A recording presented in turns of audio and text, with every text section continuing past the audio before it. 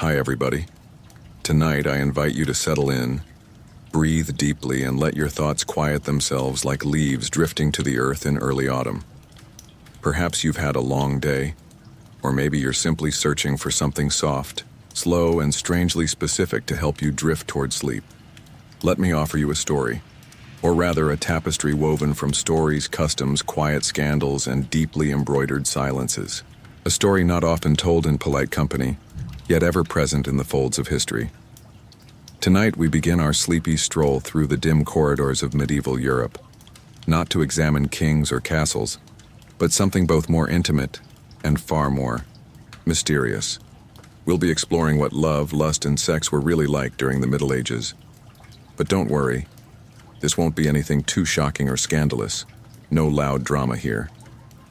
This is a candlelit exploration, more curious than crude. It's the kind of story best listened to while tucked under warm blankets, perhaps with the rain tapping gently on your window pane. Because for all the myths, for all the jokes and giggles, medieval intimacy is far more layered than we often realize. It is not all corsets and chastity belts, nor is it all repressed monks and prudish nobles. It is, like most human stories, filled with quiet contradictions, strange tendernesses, and unspoken yearnings. But before we dive into the particulars, before we start peeking through the shutters of medieval bedrooms or reading the ink-stained love letters of long-dead lords and laundresses, it's important to take a little time to ease into the world we're about to visit. So let's begin with a gentle sketch of the stage. Imagine, if you will, the streets of a small town in 14th century France. The houses lean toward each other like old friends gossiping in the wind. The air smells faintly of smoke, hay, and wet stone. Somewhere, a cow is complaining. Somewhere else, a lute is being poorly played by someone very enthusiastic and possibly tipsy. The people move slowly, wrapped in wool and linen. Their shoes are soft-leathered, their hats absurdly shaped. And under their layers of fabric and duty, they carry with them the same quiet heat we all carry, the same longing, the same wonder, the same nervous flutter before a touch. Yet, unlike today, they don't have podcasts or pillow talk guides. They don't post longing glances on social media. Most of them don't read at all. Their knowledge of love and sex is passed on through whispers, songs, sermons, and side-eyes. And those whispers? Oh, they're delicious. Sometimes cautionary, sometimes thrilling, often contradictory. One day a priest might say desire is a sin and must be mortified. The next your neighbor might swear by a secret herb that guarantees, let's just say, a lively night. One moment you're told to save yourself for marriage. The next a village girl giggles behind the well after meeting a shepherd with unusually strong forearms. This world of medieval intimacy is a dance between the sacred and the carnal, between the rules written in Latin and the rhythms followed by instinct. Now let's pause here. You might be wondering, why even talk about this? Why explore such a private, perhaps even taboo subject, especially when our goal tonight is sleep? Well, precisely because it's unexpected. It's a gentle curiosity that draws you in, not with noise, but with hush. We're not here to scandalize. We're here to soften. And human intimacy in all its forms, romantic, emotional, physical, has always been part of the lullaby of life. It's always shaped how people lived, loved, and dreamed. And perhaps, in hearing how others longed and loved in times very different from ours, we come to feel a little closer to them, a little more connected to history, a little more comforted by the fact that for all our changes, some things never really change. In medieval times, people fell in love in the oddest places. At the market while arguing over the price of a goose, in the monastery garden where glances were all they dared exchange, or during spring festivals, half drunk on mead and song. They wrote terrible poetry too. Oh yes, just as today we have text messages filled with emojis and ellipses, they had parchment filled with rhymed declarations of eternal adoration, signed with the shaky ink of sweaty palms, and somehow that makes them even more real, more relatable. They feared rejection. They worried about what others thought. They asked their friends for advice. They made mistakes. They forgave or didn't. They felt lonely. They laughed. Isn't it strangely comforting? And while there were rules, so many rules, there were always exceptions, always loopholes, always the hidden path behind the abbey, or the ladder leaning too conveniently against the hayloft. Even the most pious among them had moments of wandering thought. Even the most rule-bound sometimes found themselves humming a certain tune that made them remember a pair of eyes, or a certain voice, or the softest brush of fingers at a harvest dance. So tonight, and in the nights to come, we'll wander these paths together. We'll visit royal bedchambers and peasant cottages. We'll sit quietly at the edge of taverns where laughter hides longing. We'll read between the lines of sermons and love spells. We'll stand in the shadows of cathedrals and eavesdrop at the village well. And always, we'll move gently, no rush, no shock, just soft wonder, like walking barefoot on moss. Let the outside world fall away, let your muscles release. There's no test at the end, no moral lesson, just a quiet exploration of something very old, very human, and very sleepy. Close your eyes if you like. Picture a candle flickering. Picture a quill scratching out the words of someone who lived long before you, but might have felt just the same. We'll start tomorrow, with a tale of love blooming in the time of plague, because nothing quite puts desire in perspective like the sound of distant coughing and the ever-present scent of rosemary and fear. But for now, let your breath deepen. Let your thoughts soften.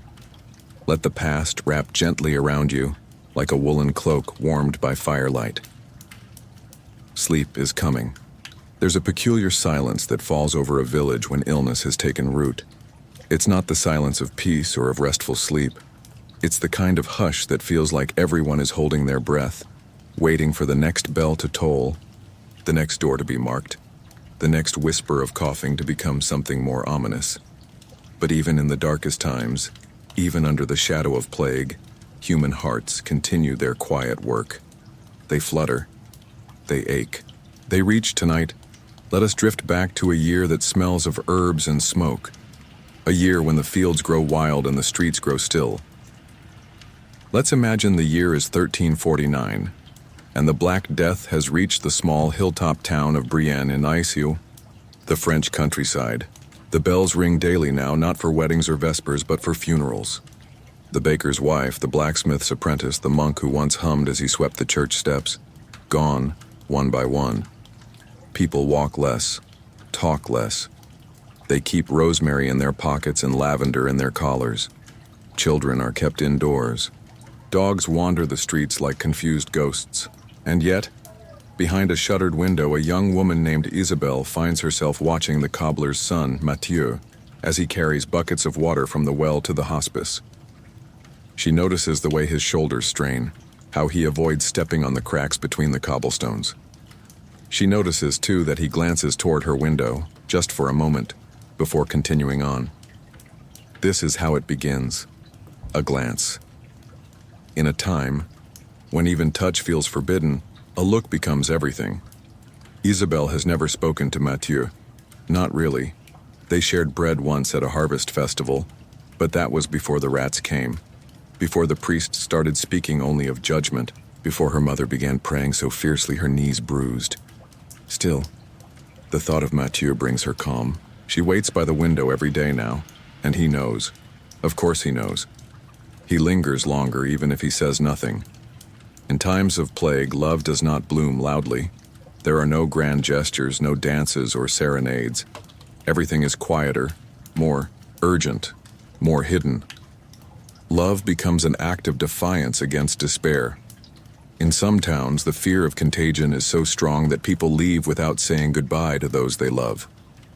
In others, lovers run away together, hoping the wilderness might spare them what the city will not. The rules of courtship fray, replaced by instinct, by longing, by the sharp awareness that time is no longer guaranteed. Isabelle's sister, Mireille, once teased her for being too dreamy, too romantic. Now Mireille sleeps most of the day, coughing softly into linen, and Isabelle tends to her with care, crushing herbs, boiling wine with spices, whispering stories from when they were children, but her thoughts still drift unbidden toward Mathieu. One afternoon, as Mireille dozes, Mathieu knocks gently on the door. It is the first time they have spoken in weeks. I brought you rosemary, he says, eyes downcast, and vinegar. For cleaning, they say. I thought you might need it. Isabelle's heart stumbles. She nods, takes the bundle with trembling fingers, and whispers, "Thank you." Their hands touch for a breath's length of time. It's enough. It's everything. Not all stories of plague and passion are so delicate. Some are full of urgency, of desperation. There are records of people throwing caution and their clothes to the wind, seeking comfort where they can, when they can. Eat, drink, and be merry, they said, for tomorrow we die. Taverns did not go silent during the plague years. In fact, in some towns they grew rowdier. A strange sort of madness, a reckless hunger for life took hold of many. For some, love was a candle flickering in the dark. For others, it was a bonfire burning fast and bright. Yet for most, like Isabelle and Mathieu, it was something in between.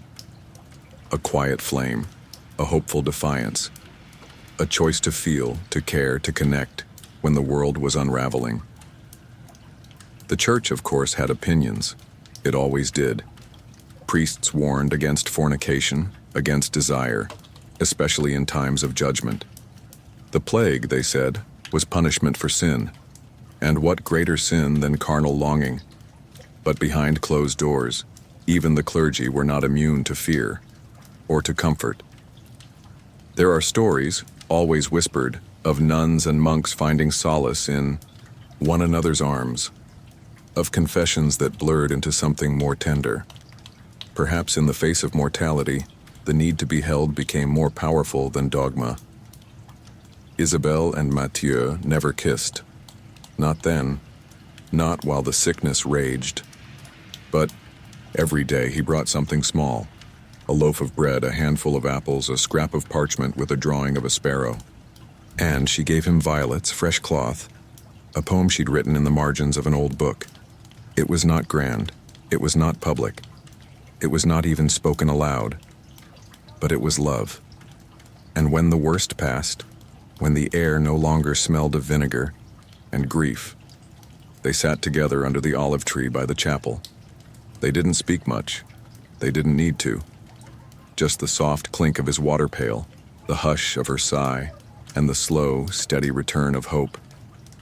So when you think of the Middle Ages, when you picture plague masks and flagellants and grimstone streets, remember too the lovers, the glances held too long, the gifts left on doorsteps, the songs hummed softly through masks of linen. Love did not stop for the Black Death. It merely changed its shape. Sometimes the softest stories survive the darkest times. And now, as we pull the wool blanket a little tighter around our shoulders and as the candle burns a bit lower, let's let that thought settle in our hearts. Even in the time of plague, love bloomed, softly, quietly, persistently. Let us now drift into a quieter corner of medieval life, a place not of passion, but of permission, of laws, and of sins, of what was allowed, what was feared, and what was quietly ignored when no one was looking.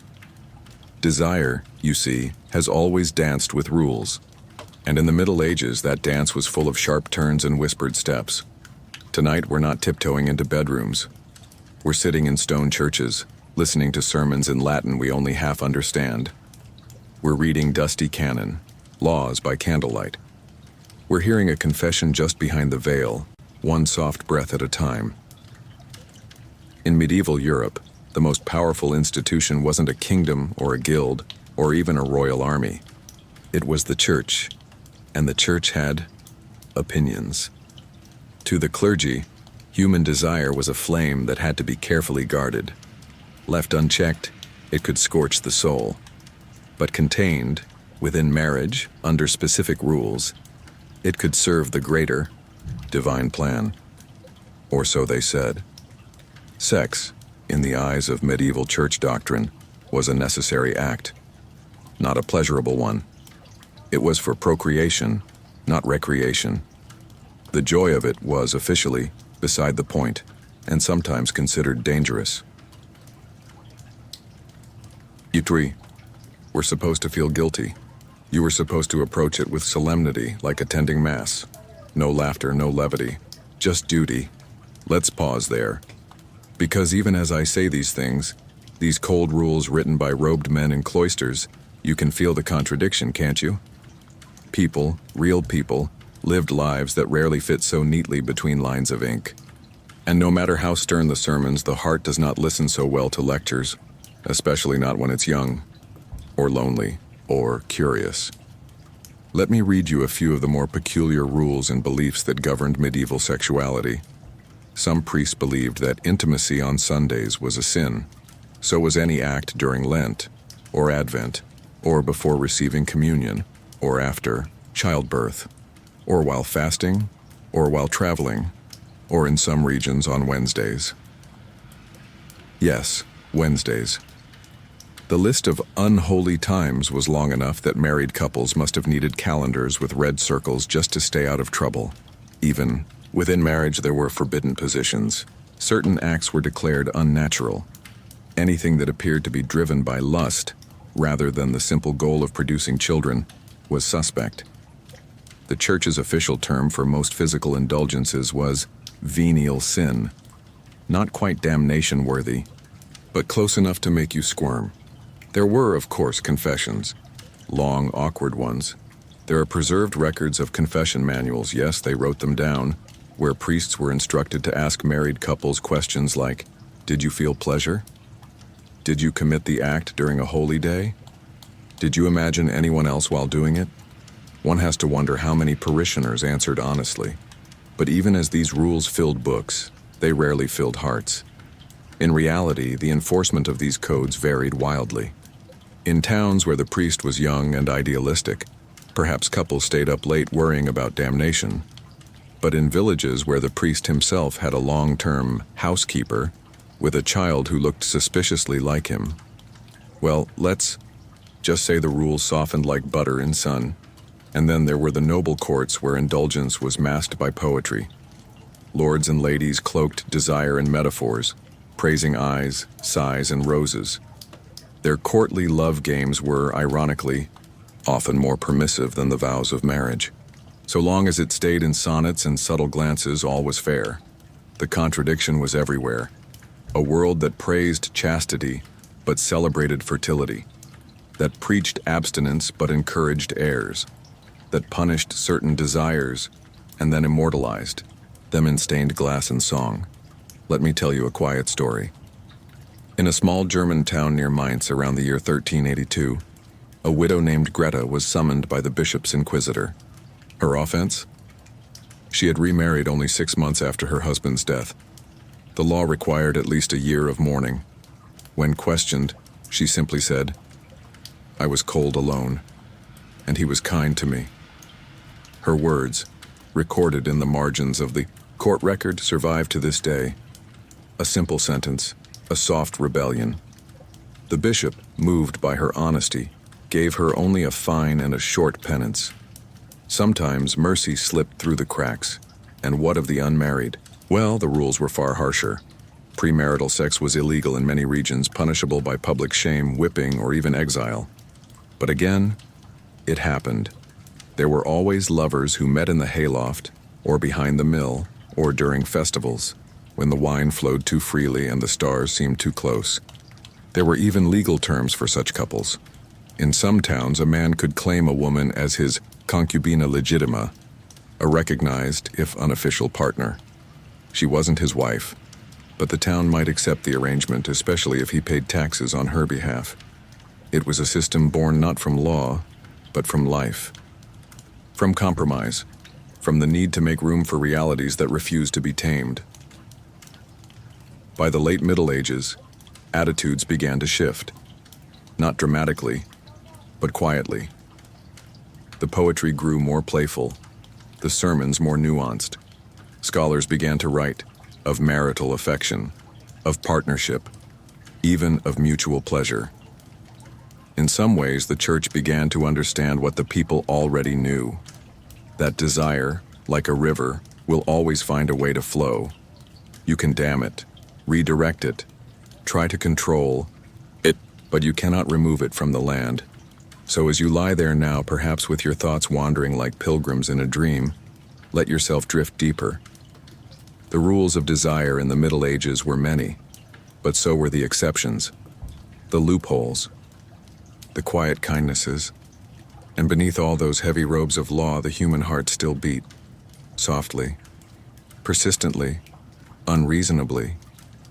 There's something gently ironic about how much effort it once took to get undressed.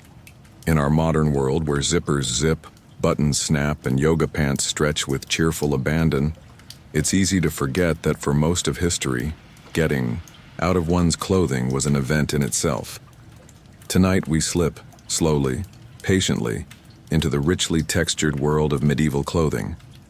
Not because we're interested in fashion exactly, but because every layer tells a story.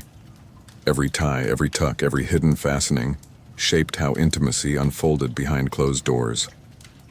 So let's begin, not with the act itself, but with the long, intricate prologue of fabric and fastening. Imagine you're in a chamber lit by one sputtering candle. The air smells faintly of lavender sachets, wood smoke, and wool. Outside, the wind is chasing through the trees, but inside, you are warm, almost too warm, because you're wearing, well, quite a bit. For women, the base layer was often a chemise, a loose linen shift that served as both undergarment and nightwear. Over this went the kirtle, a sort of fitted dress, and perhaps a gown or surcoat layered atop. If the lady was of higher status, corseting came into play. Not the later Victorian-style tight-lacing, but a stiffer bodice designed to give shape. Then, there were the sleeves. Oh, the sleeves, often detachable, sometimes slashed for decoration, always in the way. Add to that stockings, woolen or silk, held up by garters, shoes, possibly a girdle or belt with accessories dangling from it, a wimple or veil for the head.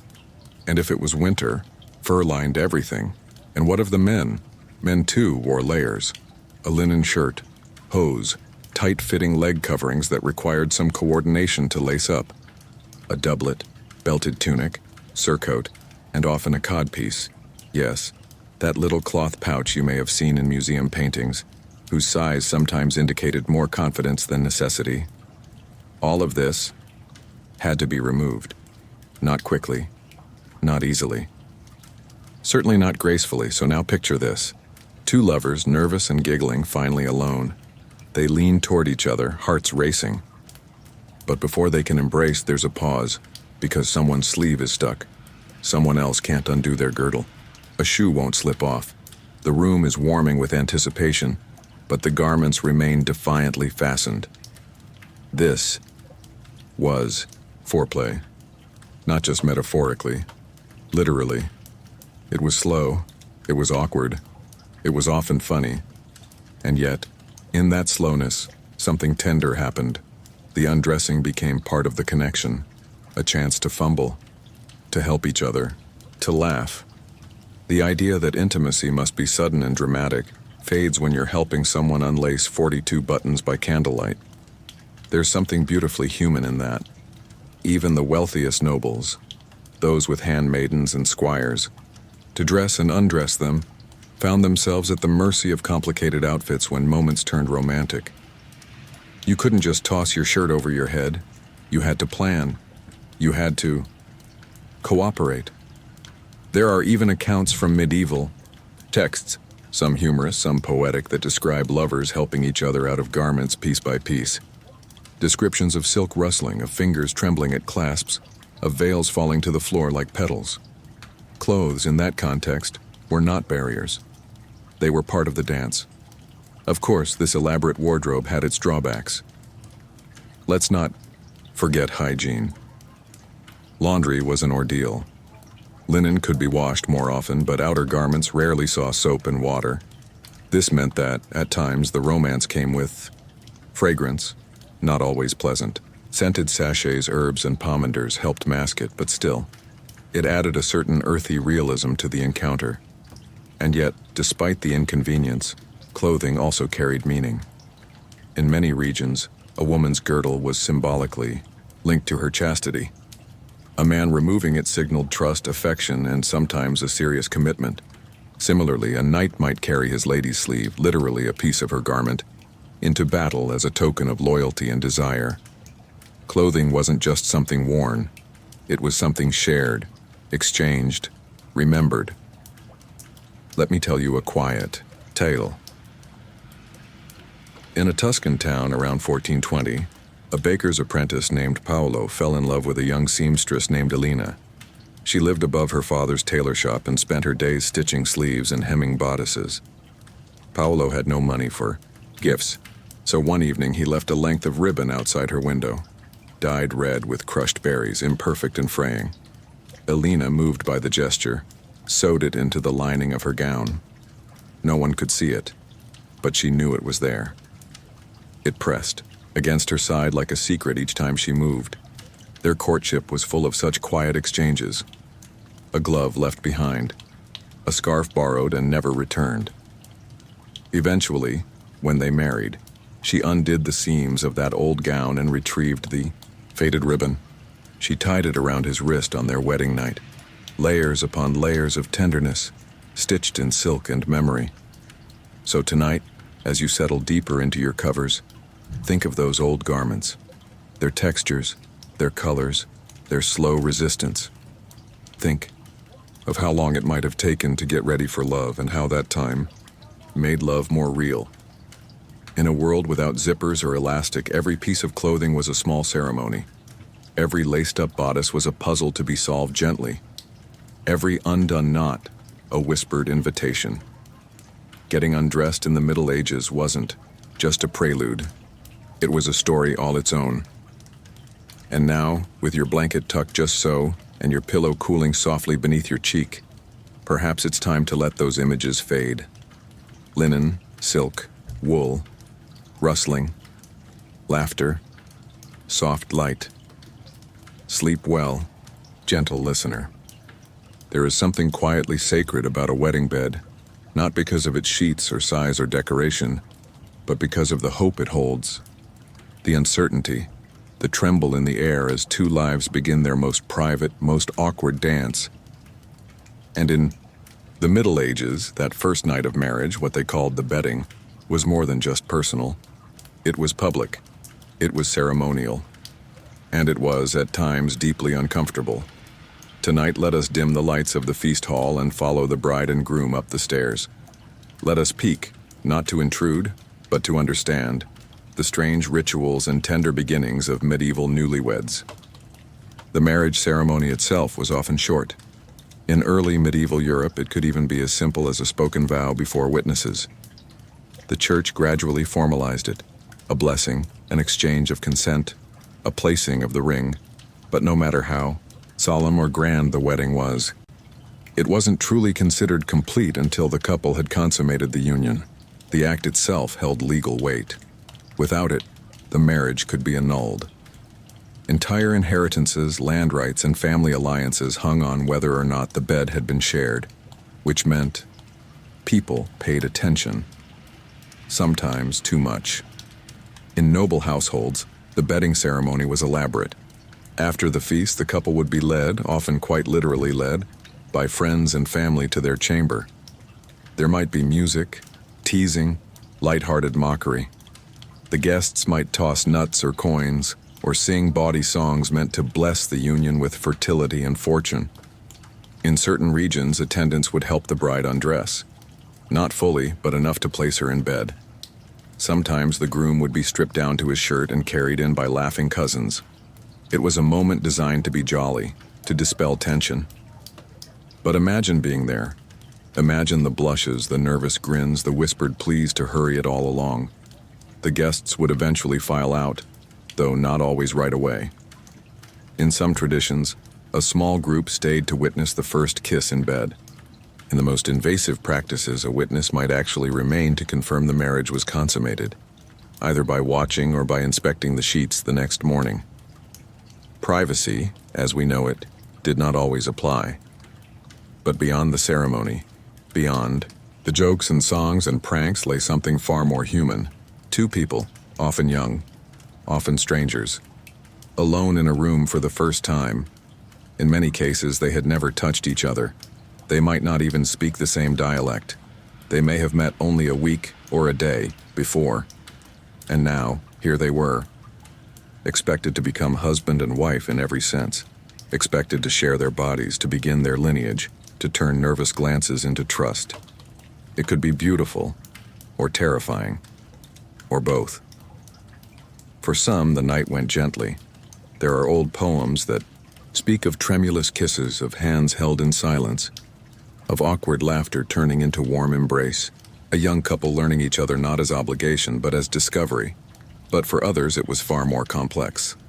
Some brides came to marriage very young, some grooms were far older, and while laws varied by region, consent, at least in the modern sense, was not always part of the conversation. There were kind husbands, of course, patient ones, but there were also brute realities, expectations, pressures, and fear. It is important, even in our sleep-bound tale, to hold space for the truth of that. Medieval marriage, like the world it belonged to, was often shaped more by duty than by desire. And then, there was the morning after. In noble houses, servants might present the sheets, literally, to confirm the bride's virginity. A stain of blood was considered proof. It was a crude, unreliable tradition, but a widespread one. In some places, the cloth was kept as a kind of legal token. In others, it was displayed with pride, or more often, quietly removed if nothing could be shown. Not every bride bled, not every first night followed the script. But the pressure to prove purity, especially for women of status, was immense. And the emotional cost? Often buried under lace and linen. But marriage was not one night. After the candle burned low and the guests had returned to their own homes, life began. Life with its soft routines, with breakfasts and shared chores and slow understanding. And for many couples, the first night was simply the beginning of a long and winding intimacy. One that deepened not in sudden passion, but in shared laughter, in growing trust, in the quiet way two people become a home for each other. Let me share a soft story. In a town near York around the year 1290, a young woman named Alina was married off to a boy named Robert. She had cried the night before the wedding, not from fear of him, but from the loss of her father's hearth, her sister's sleeping breath beside her. That first night, Robert sat at the edge of the bed and asked if she liked honey. She blinked, confused. He reached under the blanket and handed her a small jar. "I kept it from the feast," he said. "I thought maybe it would help." They shared it with their fingers, sticky and sweet and strange. Neither spoke much. Years later, they had 6 children. But Alina told her granddaughter, "The honey made it easier. He didn't ask for anything that night, just shared something warm. So tonight, let your mind wander not just to ceremony and custom, but to the hushed moments behind the curtains. The whispered first names, the fingertips brushing ribbon from hair. The wedding bed in the Middle Ages was not always a place of passion. Sometimes it was a place of confusion, sometimes of fear. But often, quietly, slowly, it became a place of beginnings. Not just for families, but for gentleness, for tenderness, for something like love. And now, as your breath deepens and the world softens around you, imagine the flicker of a hearth, the creak of an old bed, and 2 people learning to rest beside one another for the very first time. Some fruits are sweetest not because of their taste, but because they are forbidden. In the gardens of medieval love, the fruit of another's affection, when not yours to pluck, was wrapped in thorn and shadow. Adultery was a dangerous indulgence, whispered about in kitchens and cloisters alike. But like all human longings, it could not be fully restrained by rule or by fear. Tonight, let us wander quietly into this tangled grove, not to judge, but to understand, not to gawk, but to reflect. Because in the Middle Ages, to stray from the vows of marriage was to risk more than heartbreak. It was to flirt with shame, ruin, and sometimes the stocks. Marriage was a social contract, yes, but also a moral vow, a legal arrangement, and, often an economic alliance. To violate that pact was more than personal, it was political, and in a society that prized lineage and inheritance, the consequences of infidelity, particularly female infidelity, could be severe. Let us begin with how adultery was defined. In most of medieval Europe, a married woman who took another lover committed adultery. A married man, however, was often only considered guilty if his affair involved a married woman. The logic? His indiscretion might disrupt another man's bloodline. Her indiscretion might do the same. You see where this is going. The laws, as always, varied. In 13th century France, an unfaithful wife could be cast out without her dowry. In Germanic regions, she might be whipped through the town or paraded in a donkey cart, head shaved, face smeared with soot, mocked by children. In England, ecclesiastical courts took charge of such cases. Adulterers might be forced to stand, barefoot in the churchyard, wrapped in a sheet holding a candle, public penance for private passion. And in Italy? Italy was theatrical. There, a jealous husband might take matters into his own hands. In some city-states, if he caught his wife in the act, the law allowed him to kill her and her lover without punishment. The same courtesy was not extended to wives, a double standard dressed in law. But while the punishments were cruel, the stories, were often almost tragicomically human. There is the tale of Aldo the candlemaker in Florence, whose wife began spending a suspicious amount of time at confession. When Aldo finally followed her, he discovered not a priest, but a traveling minstrel behind the screen. The two were fined, the minstrel was banned from the city, and Aldo, according to the court record, declared himself cured of trust. Or, the story of a noblewoman in Normandy who was caught exchanging love notes with her husband's squire. When her letters were read aloud in court, they were so clumsy, so filled with mixed metaphors and bad poetry, that the judge burst into laughter and ruled that no man could take offense at such foolish affection. Yet not all was farce. Some stories ended in quiet sorrow. A merchant's wife in Bruges, discovered in an affair, was forced to live the rest of her days in a convent. Her children were taken from her. Her name was stricken from family records. Her only crime, a heart that wandered. But what of the reasons? Why did people stray? Sometimes it was loneliness. Marriages were often arranged, and affection did not always grow. Sometimes it was revenge, an eye for an eye, a broken vow for a broken vow. Sometimes it was the thrill of secrecy, the yearning for something more. And sometimes simply, it was love, quiet, unwelcome, but real. Interestingly, literature of the time often painted adultery with softer colors. In romances and chansons, forbidden love was glorified, so long as it was tragic. Think of Tristan and Isolde, whose love defied duty, or Lancelot and Guinevere torn between honor and longing. These tales did not excuse adultery, but they did something else.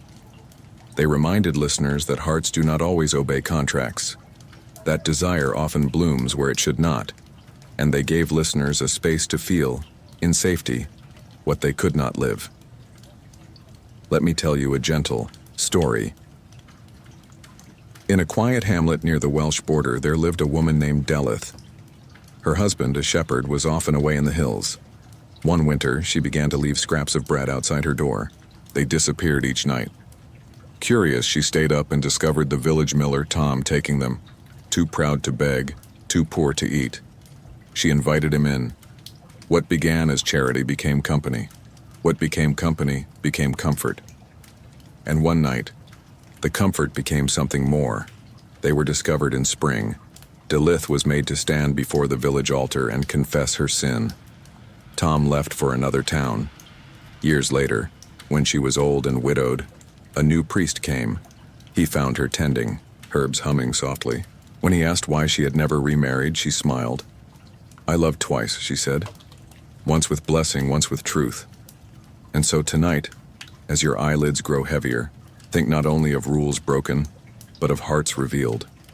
Adultery was a crime, yes, but it was also a mirror, reflecting what marriages lacked, what souls yearned for, what societies refused to see. Forbidden fruit is never just about sweetness. It is about hunger, about need. And sometimes it is about the cost of feeling too much in a world that demanded you feel less. Now let the night soften. Let the shadows lengthen. The garden of the past is full of many things, and not all of them were meant to grow neatly. Privacy, as we understand it today, is a modern invention. To close a door, to turn a lock, to expect solitude. These were luxuries not often granted in the medieval world. Life was shared: meals, labor, sleep, and often the most intimate of moments. In such a world, love had to learn how to breathe in small borrowed spaces. Tonight, we slip into the corners of crowded cottages, into haylofts above stables, into the dark ends of long halls where footsteps echo and whispers linger. We ask, how did intimacy happen when there was nowhere truly private to go? Most medieval homes, particularly among the working classes, were modest. A single-room cottage might house a couple, their children, a grandmother, and perhaps even a few animals in winter. There were no bedrooms, no dividing walls. A central hearth provided light and warmth. The rest was open. People slept close together, sometimes on mats, sometimes in shared beds, wrapped in woolen cloaks and the sounds of each other's breathing. Privacy in such conditions was not just rare, it was impossible. And yet, people still fell in love, still made love, still carved out small pockets of privacy in a world that left them so little. Let's picture a modest farmhouse in Normandy. The parents are asleep on one side of the hearth, their snores softened by age. Two children share a straw mattress nearby. In the far corner, the eldest daughter lies awake beside her new husband, married just 3 weeks ago. They whisper beneath the heavy blanket. They are careful. The floor creaks, and the firelight flickers, casting shadows on the beams above. The young couple doesn't need much, just a little quiet, a little warmth, a little time when the rest of the house has given itself to sleep. This is how many medieval couples found intimacy, not through isolation, but through improvisation. Of course, not all dwellings were so crowded. Wealthier households had multiple rooms, the great hall where meals and business were conducted. The solar, a private upstairs room for the lord and lady. Even then, servants moved freely. Children ran in and out. Privacy was porous. In castles, it was common for the noble couple to share a bed, but not always alone. Ladies in waiting might sleep nearby. An ailing child, a favored hound, guests even. The bed was large, the curtains thick, but ears were never far away. So lovers learned to be silent, to communicate with glances, with gestures. A hand touched beneath the table, a note tucked into a glove. A moment behind a tapestry, hearts pounding like hooves. In monasteries and convents where vows of celibacy were expected, privacy was even more strictly regulated. Dormitories were communal, baths were shared. Even confession was conducted within earshot of others. Yet within those sacred walls too, longing stirred. Letters were written in code, psalms copied with hidden meanings. Time spent together in the scriptorium might carry more electricity than any physical touch. When physical privacy was denied, emotional intimacy found new forms. Then there were the creative solutions. Lovers met in stables, in barns, in the woods just beyond the village, behind hedges, under cloaks, between festival tents. There are records from 14th century court cases describing encounters in church porches, in bakehouses, in the narrow lanes between market stalls. These trysts were risky, not just for the scandal, but for the sheer unpredictability of the setting. A cow might interrupt, a child might wander by, a priest might be watching, and yet the desire for connection outweighed the inconvenience. Let me tell you a story, softly. In the Bavarian village of Weyer, sometime around 1373, a weaver named Lucas lived with his widowed mother and 3 younger brothers in a one-room cottage. He was courting a girl named Annika, who worked as a dairymaid for a neighboring farm. They had no place to be alone. So each night, after prayers, Lucas would tie a red string around the old birch tree at the edge of their pasture. If Annika saw it, she would walk past the barn after sundown. There, beneath the rafters, with hay scratching their arms and moonlight leaking through the beams, they would sit side by side, talk, hold hands, sometimes more. One night she brought a small embroidered cloth, a gift. On it she had sewn the word zusammen, meaning together. They were married that winter. There's something intimate in shared space, even when it seems to deny intimacy, in hearing others breathe as you drift to sleep, in knowing you must be patient, must find the right moment, not just the right feeling. Medieval love learned to be quiet, to be careful, to grow between glances, between chores, between the lines. So tonight, as your room darkens and your own world narrows into stillness, imagine those crowded cottages and winding corridors. Imagine two lovers finding each other's, hands beneath a blanket hidden by the trust of sleep around them. Imagine desire shaped not by comfort, but by creativity. Privacy may have been rare, but tenderness was not. And sometimes, the softest love stories are the ones whispered in full rooms when no one is listening. In the Middle Ages, not all magic involved wands and incantations. Some of it simmered quietly in pots. Some of it was crushed with a mortar and whispered over 3 times. And some of it was slipped into wine with the hope that a certain someone might finally feel the same. Tonight we find ourselves in a herb-scented cottage with dried flowers hanging from the rafters and little bottles lined neatly on a shelf. This is the world of medieval aphrodisiacs and love potions, a sleepy corner of history filled with spice, superstition, and just a hint of mischief. Because when hearts were hesitant and courage low, people turned to plants. Let's begin with the herbs themselves. Medieval herbals, handwritten books of medicinal knowledge, are filled with curious entries. Some plants were noted for their healing properties. Others, more quietly, were said to stir the blood, to open the heart, or to make a man strong like the bull. Fennel was believed to improve desire. Dill, when brewed into a tea, was whispered to soften the will. Aniseed, cinnamon, and clove, so warm, so fragrant, were all seen as arousing, not just for the body, but for the imagination. Even humble onions were prized, believed to inflame appetite of all kinds. Honey, wine, and milk were often used as carriers. A love potion might contain a mix of crushed herbs, sweetener, a little heat, and a prayer said backwards or forwards, depending on the village. Not all was superstition. Some ingredients did have a physiological effect. Fenugreek, for example, can influence hormones. Nutmeg and saffron may increase circulation. And we now know that chocolate and chili both contain compounds that mimic pleasure-inducing chemicals in the brain. But in the Middle Ages, the science didn't matter. The symbolism did. A red flower, steeped in wine. A ribbon tied around rosemary. A fig stuffed with cloves and left on someone's doorstep. These were gestures, not just attempts to spark desire, but to speak when words failed. And then there were the more peculiar recipes.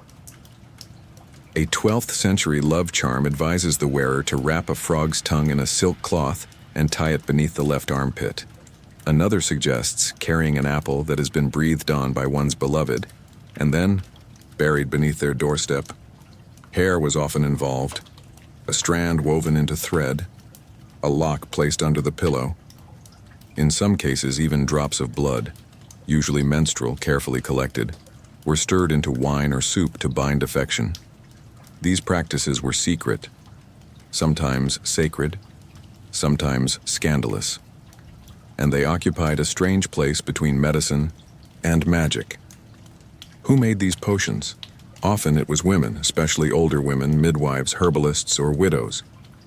These women held vast knowledge of plants, of bodies, of emotions. They were not doctors, but they knew how to soothe a cough, induce a birth, or calm a heartache. Some were beloved by their communities. Others were feared, suspected of witchcraft. especially when love potions failed or worked too well. 1. Poor herbalist in the Alsace region was accused of bewitching half the village after several local men became overly fond of her plum cordial.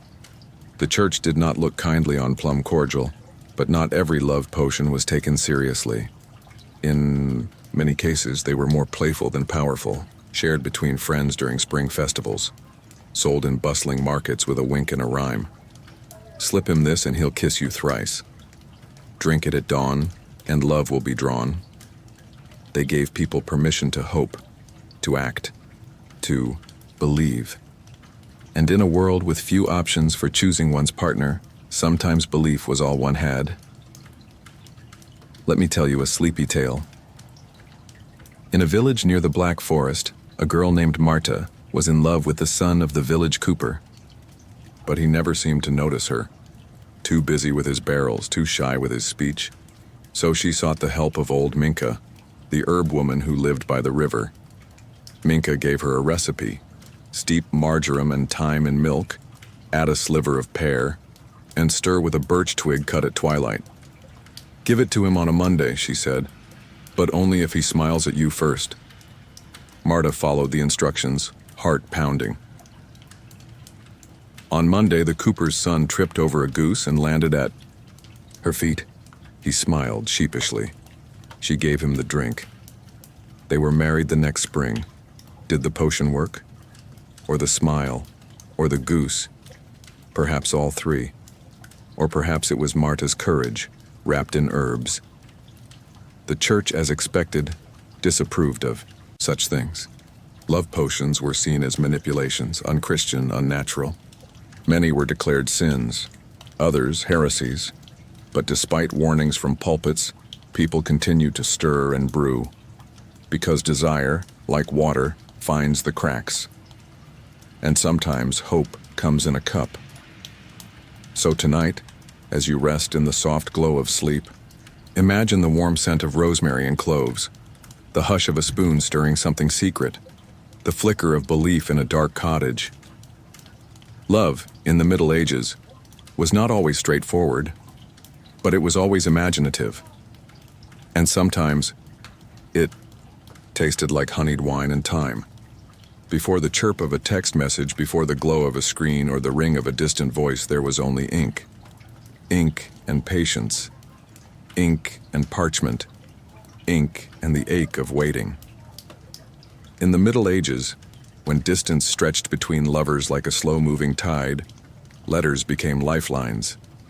Carried on horseback or by foot, tucked into saddlebags or sewn into cloaks, love letters were not just expressions of feeling, they were acts of longing made tangible. Tonight, let us open those folded pages and trace the faded script of affection sent across time and terrain. Let us listen to the quiet scratch of a quill by candlelight, because in a world without instant connection, love had to travel, carefully, deliberately, and often poetically. Medieval letters were often dictated. Not everyone could write, and fewer still could write well. So a noble lady might whisper her heart's message to a trusted scribe. A knight might dictate his devotion to a traveling monk with fair penmanship. Even a village boy might ask the local priest to help him compose a note to the girl who lived 3 towns away. Language was formal, but feelings slipped through the formality. A typical love letter might begin with lines like, "To the most radiant star of my firmament, from the humble servant of your glance." Or, "I write with trembling hand, for the ink knows my heart better than I." Flowery, yes. Overwrought, often. But sincere in a way that only distance can teach. For many, letter writing was a game of both hope and risk. Messages could be lost, intercepted, misunderstood. Paper was precious, wax seals fragile.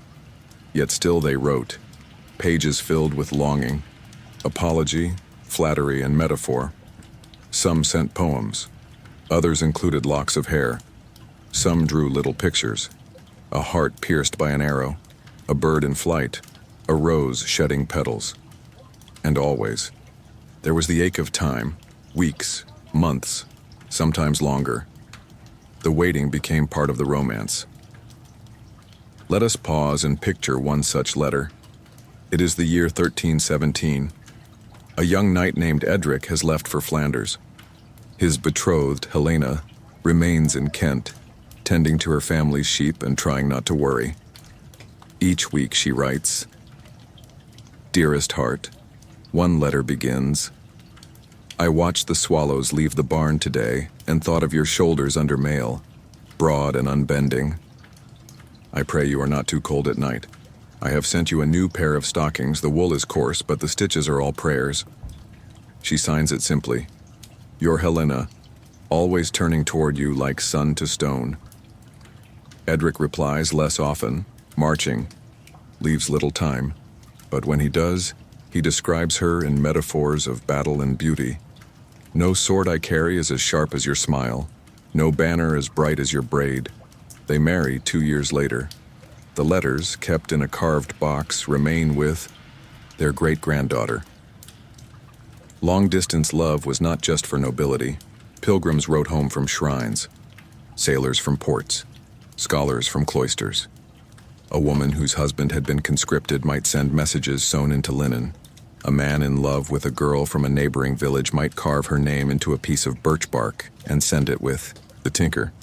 Even lovers separated by taboo, class, family, religion, found ways to write, sometimes in code, sometimes in Latin, sometimes in silence, the parchment never sent but cherished all the same. There was, too, a bittersweet genre, letters never meant to be answered. After a lover's death, after a forced separation, after marriage to another, widow might write to her lost husband each year on the date of their wedding. A jilted suitor might copy and recopy the same line for years. "Why did you choose silence over my name?" These letters were not sent but kept, folded, kissed, prayed over. They were love made into relics. Let me share one more gentle tale. In northern Spain, near the town of Burgos, there lived a novice monk named Thomas. Before he took his final vows, he had fallen in love with a miller's daughter, Inez. They met by the river, exchanging poems and river stones. When he entered the monastery, they parted without promise. But once a year, on the first frost, she sent him a letter. Always the same, a drawing of 2 birds facing one another and the words, "Still here." He never replied. He could not. But each letter, carefully opened and read, was placed inside a drawer of cedar wood, beneath his spare robes. They remained there until his death. The last one, unopened, lay atop the pile. So tonight, as your own thoughts grow soft and slow, imagine those folded pages, kissed with wax, scented with rosemary, carried in saddlebags under stars. Imagine the quill trembling with hope, the ink drying slowly, the seal pressed with care. To write a love letter in the Middle Ages was to carve feeling into time, to wait, to wonder, to believe that somewhere, far away, someone was unfolding your words with a trembling smile. And perhaps, even now, across centuries, some of those words still linger, waiting to be read. Behind thick stone walls and under roofs of slate and prayer, life in a medieval monastery was meant to be still. Structured, sacred, devoted not to the world, but to something higher. And yet, underneath the habits, between the prayers and within the long corridors echoing with silence, desire sometimes stirred. Tonight we step softly into those hallowed halls, not to judge, not to scandalize, but to listen, because even in monasteries, especially in monasteries, human longing never fully disappeared. It simply found other doors. Monks and nuns, once cloistered, were expected to abandon worldly attachments. They took vows of poverty, obedience, and, most daunting of all, chastity. This meant more than abstaining from acts. It meant denying thoughts, controlling glances, guarding dreams. But the human mind does not go silent simply because it is asked to, and the heart, even when swaddled in scripture, may still beat wildly at the memory of a voice or the brush of fingers during morning prayer. Medieval monasteries were worlds unto themselves. Daily life was ruled by bells, calls to prayer, to labor, to study, to sleep. The days were repetitive, the food plain, the garments simple. In some orders, silence was so strict that communication happened through gestures alone. A finger across the lips, a flick of the hand, a bow of the head. But silence does not always mean peace. For some, it brought clarity. For others, it brought thoughts they had nowhere else to send. Let us pause here. Imagine Sister Clara, a Benedictine nun in a convent near Ghent. She is 26. She has been cloistered since she was 13. Her fingers are calloused from embroidery. Her back aches from long hours bent over texts.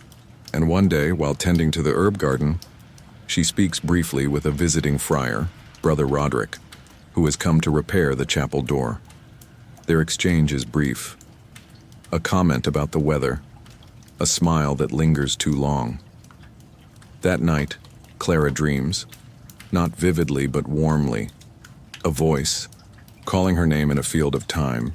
She wakes before matins, heart fluttering. She writes nothing down, tells no one. But for months afterward, she walks slower past the chapel door.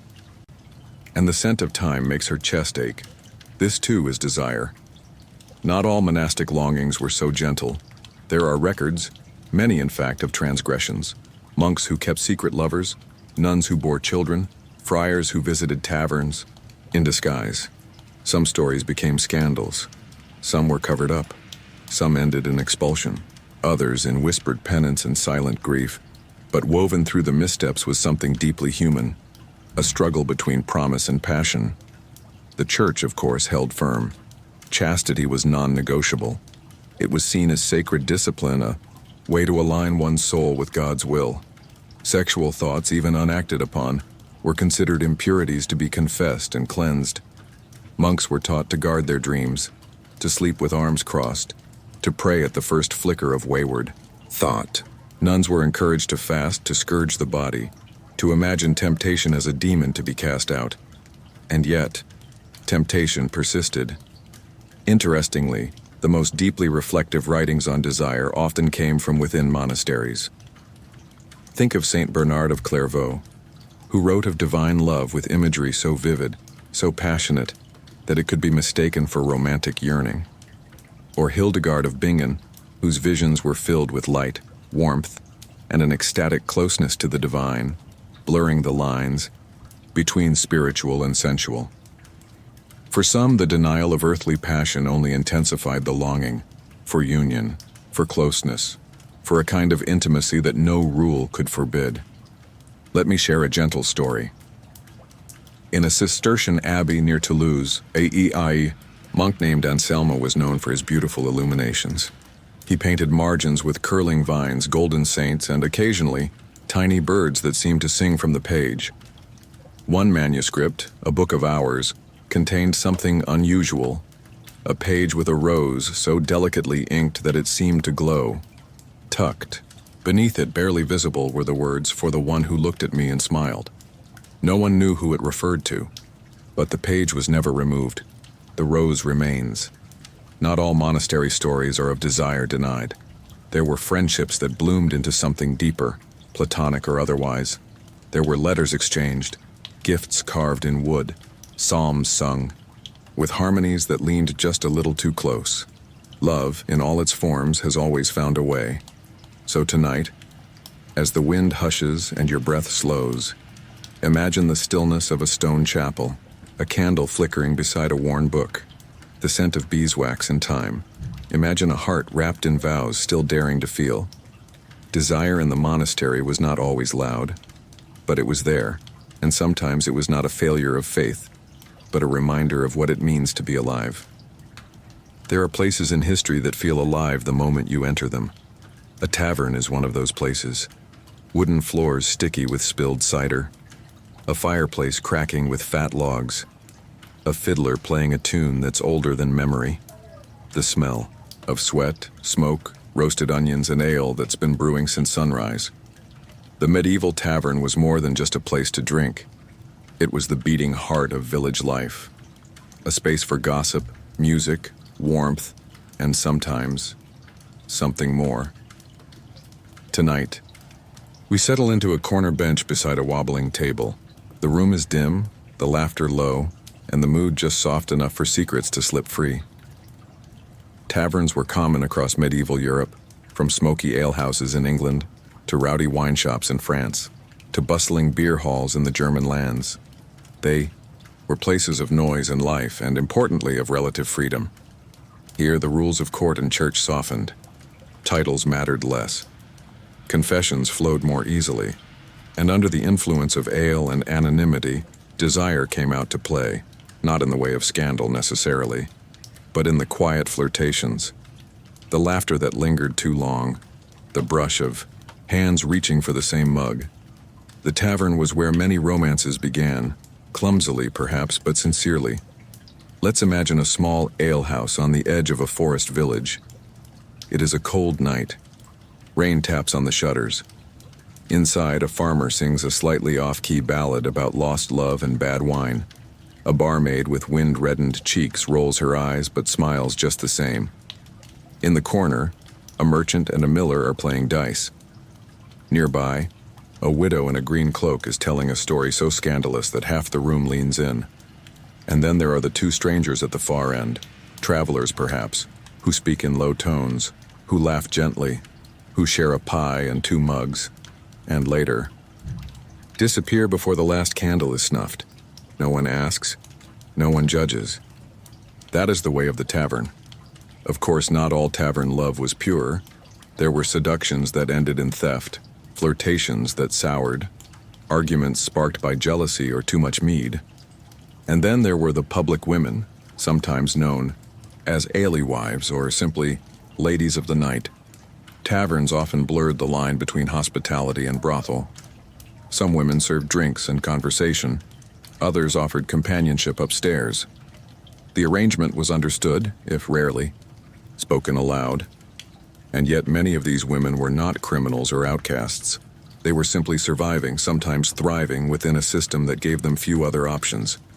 There are records of women who ran their own taverns, managed their finances, paid taxes, and raised children. They were respected by some, resented by others, and protected by none. Still, they poured another round, laughed at another joke, and lit another candle. Let me tell you a quiet story. In the wine quarter of Lyon, around the year 1391, there was a tavern called Le Chardon Rouge, the Red Thistle. It was small, with just 5 tables and a roof that leaked in spring. But it was known for 2 things: warm mulled wine and a singer named Lorette. Lorette had a voice like dark honey and a laugh like a wind chime. She sang old songs, some sad, some suggestive, and knew exactly when to tilt her head so the light caught her eyes. One winter, a scholar named Thomas began to visit every Thursday. He said little, just listened, left coins, and one day, left a poem. You who stir the air with song, what would you whisper if the room were quiet? Lorette never answered aloud, but every Thursday after that she sang the same melody, a slow, longing tune that no one else requested. It was their conversation, wordless, brief, enough. Taverns were also places of accidental honesty. A mason might admit he missed his late wife more than he let on. A maid might confess that she wished she could read. A soldier might hum a lullaby his mother used to sing. Sometimes desire took the form of stories, of eyes meeting across a room, of someone waiting to walk you home under a dripping sky. Love, in the tavern, wasn't always lasting, but it was real in its own warm, flickering way. And yes, many stories ended in laughter and slurred declarations, in kisses that tasted like hops and onion stew. But some lasted. A barmaid married the cooper. A traveling piper returned every summer. A quiet night, too shy in daylight, finally took the hand he had long watched from across the room. So tonight, as the candles in your mind burn low, imagine the hum of a lute, the murmur of mugs clinking, the way people lean closer when the world feels soft and forgiving. The tavern was loud, but love was quiet within it. Between the toasts and the teasing, something tender always stirred. In the golden margins of medieval manuscripts where angels sang and saints bled, something surprising occasionally peeked out. A rabbit jousting on a snail, a monk mooning a bishop, a woman straddling a unicorn, and, more rarely, but always with, a wink, a kiss that lingered too long, or a hand wandering where the sermon would not approve. Tonight we open the heavy covers of those manuscripts and peek inside, because even in an age of strict faith and rigid law, art knew how to misbehave. Quietly, gleefully, illuminated. Books in the Middle Ages were precious things, painstakingly copied by hand, letter by letter, on parchment made from animal skin. The process could take months, even years. Scribes worked in dim rooms hunched over desks, whispering prayers between lines. But once the text was done, the illuminator stepped in. These were the artists, the ones who painted the letters gold, who added flowers and vines, who filled the corners with life, and sometimes with mischief. Marginalia, as these illustrations are called, were little images in the margins. Most were decorative, but some were bold, even cheeky. A nun with a cat, a man with his trousers suspiciously low, a couple tangled under a tree, a fig leaf that didn't quite do its job. These images weren't pornography in the modern sense. They weren't meant to titillate in a direct way. But they were certainly playful, and sometimes provocatively detailed. Imagine flipping through a psalter, an illustrated book of Psalms, and coming across a rabbit spanking a man, or a bishop caught in a compromising position with another bishop. Scholars still debate their purpose. Were they satire? A private joke between scribe and artist, a rebellion in paint, a way to stay awake during endless copying of sacred text? Whatever the reason, they remind us that even in the most solemn of spaces, the human mind wandered. And sometimes it wandered toward desire. Beyond the margins, medieval erotica existed in other forms. There were poems, usually circulated quietly, ballads that told bawdy tales under the guise of humor, even songs that, when sung in the right setting, took on a different shade of meaning. And there were books, not many, but enough to show that people, clergy included, were curious. The Roman de la Rose, a 13th century allegorical poem, begins as a dream of courtly love and ends as a detailed metaphor for seduction. It was wildly popular, owned by kings, copied by monks. One manuscript features tiny paintings of roses being plucked, gates being entered, fountains overflowing. Not exactly subtle. Let me tell you a story from the library of a convent in northern France. A nun named Isabeau was known for her embroidery and for her keen interest in illumination. One winter, she was assigned to help finish a book of hours. It was a sacred text filled with prayers and calendar pages, but Isabeau added something extra. On one page, she painted a pair of lovers under a pear tree. The man's cloak was open, the woman's head was tilted just so, and on her lips, barely visible, a touch of gold leaf. It was soft, it was delicate, and it was hidden beneath a flap of lacework vine. The abbess never noticed. Years later, a young scholar found it. He called it an illuminated kiss too tender to scold.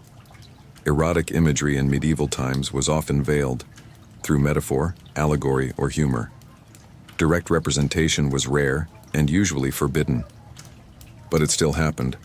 People carved lewd faces into cathedral corbels, far above eye level. They painted bathhouse scenes with bare skin and knowing smiles. They etched lovers into ivory combs, meant for a lady's hair. Desire slipped through the cracks of piety. Always has, but there's a sweetness to it too. These weren't crude scribbles. They were art, crafted with care, with pigment mixed by hand, with gold pressed gently into place. The love, the lust, the longing. It was painted slowly, in miniature. Even when it was irreverent, it was intimate. So tonight, as your thoughts grow soft and your eyes feel heavy, picture a desk by candlelight, a monk snoring in the corner, a young scribe dipping her brush, smiling to herself. She adds a final stroke, a kiss in the corner of a page. Small, almost hidden. But it's there. A reminder that even in the most sacred books, the human heart still whispers, and sometimes that whisper becomes an illuminated kiss. Laughter is a gentle balm. It slips past our defenses. It arrives unannounced. And in the quiet interplay of love, especially in the delicate, shadowed world of medieval intimacy, humor was not just a luxury. It was often the very thing that allowed hearts to open. So tonight, dear listener, I invite you to wander with me through laughter-dappled corridors, candle-lit chambers, and naughty cottage corners. Let us explore how, in those old wooden worlds of wool and wattle, humor was the unspoken love language, the secret password, and sometimes even the safest hiding place for tenderness. The unpredictable bedtime. Chuckle, close your eyes, and imagine it's a cold night. The bed creaks under two bodies pressed together for warmth. He, the young husband, is stiff with nerves. She, the new bride, is both curious and anxious. The silence becomes too heavy. So he whispers something absurd about sheep, or gooses, or perhaps the way his stocking keeps falling. Maybe he mimics a rooster's crow in the dark. The words are silly. But she laughs, a soft, relieved laugh. And in that moment, they are no longer strangers. No assignment, no duty. Just two fellow humans, breathless with intimacy and humor and hope. Because laughter is the abuser of silence. It tames nerves. It breaks barriers. And in medieval bedrooms, especially those first uncertain evenings, it lighted the path between bodies and hearts. Fabliaux, laughing at lust and folly. Now let's walk toward the flickering hearth of a home where a traveling minstrel has arrived. He clears his throat and begins telling a fabliaux, a ribald bawdy comic tale in verse. The story details a jealous husband hid in a flour barrel to catch his wife cheating, but then got stuck. Or of a dim cleric who mistakes a cow for his mistress in pitch dark. Or a hapless lover whose trousers split at the worst moment. The audience laughs till mugs tremble. These tales were not mere entertainment. They were catharses. They invited people to laugh at human folly, at broken bodies, at embarrassed hearts. In their laughter, listeners acknowledged that desire is clumsy, that love can be ridiculous, and that perhaps they too had stumbled or blushed over their own passions. In a world constrained by church rules and social expectations, fabliaux offered a reprieve, a laugh that said, "You are human, and that is beautiful." Village festivals, jest, and romance picture. A bustling village festival at spring planting. Stalls of mead jostle with stalls of onions. Children chase each other under bunting. And at the center, a jester stands on a crate, telling outlandish stories about love potions gone wrong or a woman who became irresistible to goats after drinking a single sip of witch's brew.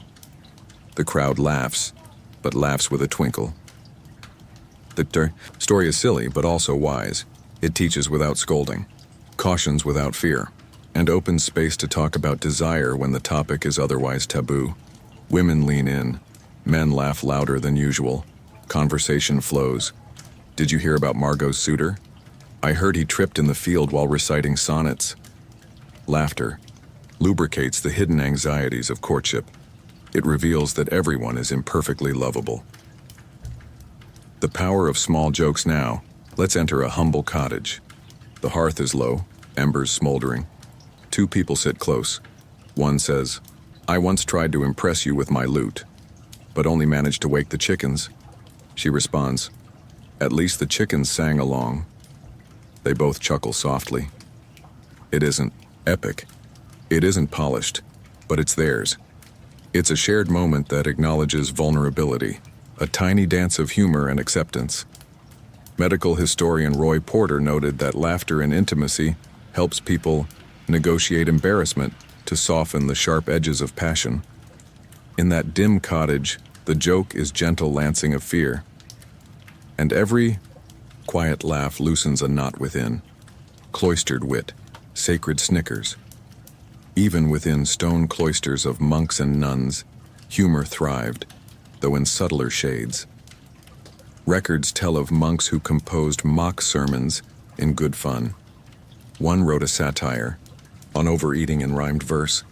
Another penned a story about a rooster falling in love with a statue of the Virgin, absurd enough to remind its audience of absurdity within seriousness. Silence was the rule, but quiet smirks slipped through margins of manuscripts.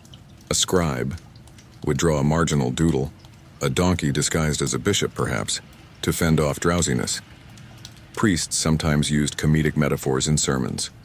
The devil enters not through doors but through drawers, a pun in Latin, of course. These touches reminded monastics that even in solemn devotion, human hearts still yearn for lightness.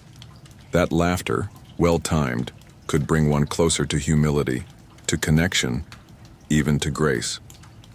Bedroom games, helping hearts, relaxed medieval advice books, little guides in manuscript form, mention playful bedroom games between married couples, invent ridiculous nicknames each night. You, my sweet turnip, make up absurd lies. Today I wrestled a goose with one arm tied, dare each other to sing the worst love lyric they can muster. These were not distractions. They were tools. Laughter made intimacy easier. It took the edge off fear, and gradually built trust. A joint admission. We're imperfect, but I love you anyway. Anna Conti, medieval laywoman, wrote in her notebook, "When we laughed in the dark, I knew I could hold his hand." 7. Humor, forgiveness, and forging bonds. The bedtime chuckle, bedroom game, or silly jest between spouses served an emotional purpose. It paved the way for forgiveness. If love is vulnerability, laughter covers it with softness. In a vignette recorded in a 15th century German collection, a couple quarreled when he forgot to fetch her balm. That night he slid under the covers singing a bawdy song about forgetting mittens. She laughed. They slept peacefully. The next day balm was retrieved. Humor became a first line of repair, an admission of mistake and a bridge back to empathy. Community laughter. Jokes that included everyone. In communal settings, festivals, taverns, markets, humor appeared. In songs and folk rhymes that everyone learned to chant. My love fell asleep in her stockings tonight. He kissed my cheek and the pie fell off the table. Such rhymes passed from mouth to mouth, forging communal bonds. Laughter became a shared resource, knitting people together in collective whimsy. It also made discussions of embarrassment, sexuality, and intimacy communal rather than shameful. Church laughter, divine irony and human frailty. Even the church recognized the power of humor. Some priests used exaggeration to highlight sin's absurdity. In one example, church records recount a preacher admonishing lust by telling his congregation, "The devil does not sneak through your bones, but through your breeches." The image was so vivid and absurd that it drew laughter and thoughtful silence afterward. For medieval spiritual writers, think Saint Aelred of Rievaulx, humor was a tool of humility. To laugh at oneself was to open the soul. Humor in manuscripts. Hidden smiles in inklet. Us revisit the margins of manuscripts. A scribe adds a dog urinating near a saint. Another depicts two monks wrestling under the pulpit. These doodles were not mistakes, they were private jokes. They lightened hours of copying text. They maintained humanity within routine. They whispered, "We are here, we are alive." And sometimes they were intimate jokes, only appreciated by fellow insiders, readers who would understand the wink. Why humor matters. Safety in vulnerability. Laughter makes exposure less scary. Leveling power. A shared joke erases status. Noble and peasant laugh as equals. Emotional repair. A laugh after a slip can undo hurt more gently than apology. Social bonding. Public jokes bridge private stories. Everyone finds shared shame and relief. Laughter in medieval love was never frivolous. It was functional, compassionate, necessary. None. Final resting. Image now, dear listener. As you drift toward sleep, picture a cold stone chamber lit by a single candle. A couple lies together. He fumbles with his shoe buckle. She tugs his sleeve. They snort. A soft laugh breaks the hush. Picture a festival crowd. The jester's joke lands. A father pulls his daughter close. Two friends lean together, wiping tears of mirth. Picture the monastery scriptorium. A monk adds a silly doodle. A fellow scribe glances over, smiles. The silence remains, but their spirits lift. In every case, laughter brings connection. It is the quiet hum of humanity, even amid stiffness and solemnity. So tonight, as your breath deepens and your neurons slow, remember, medieval love was not just candlelit and coy. It was also funny, fumbling, fragrant with humanity. And sometimes, the sweetest intimacy is born not in silence, but in shared laughter. When two people laugh, in the dark and suddenly the world seems just a little softer. There are kinds of love that burn quietly. No kisses, no caresses, no touch beyond the brush of silk sleeves at a feast. And yet somehow, these loves burn longer. They whisper through windows. They bloom in poetry. They ache in silence. Tonight, we wander into the castles and courts of medieval Europe, where affection wore velvet and spoke in riddles. This is the world of courtly love, a world of sighs, longing glances, and a kind of passion so pure, it refused to touch. The birth of courtly love, the concept of amour courtois, courtly love, began in the 11th and 12th centuries, especially in the courts of southern France and northern Italy. It found life in the songs of the troubadours who composed verses not for wives but for ladies already married, untouchable, distant, devastatingly beautiful. Theirs was not a love of bodies. It was a love of yearning. To love was to suffer, and to suffer beautifully was the highest form of honor. Rules of the game courtly love followed a script. A knight would choose a lady, usually of higher social rank, and declare his devotion. He might carry her favor into battle. A ribbon, a ring, a handkerchief. He might write poems, perform great deeds, wait outside her window during storms. But she would not yield. Not easily.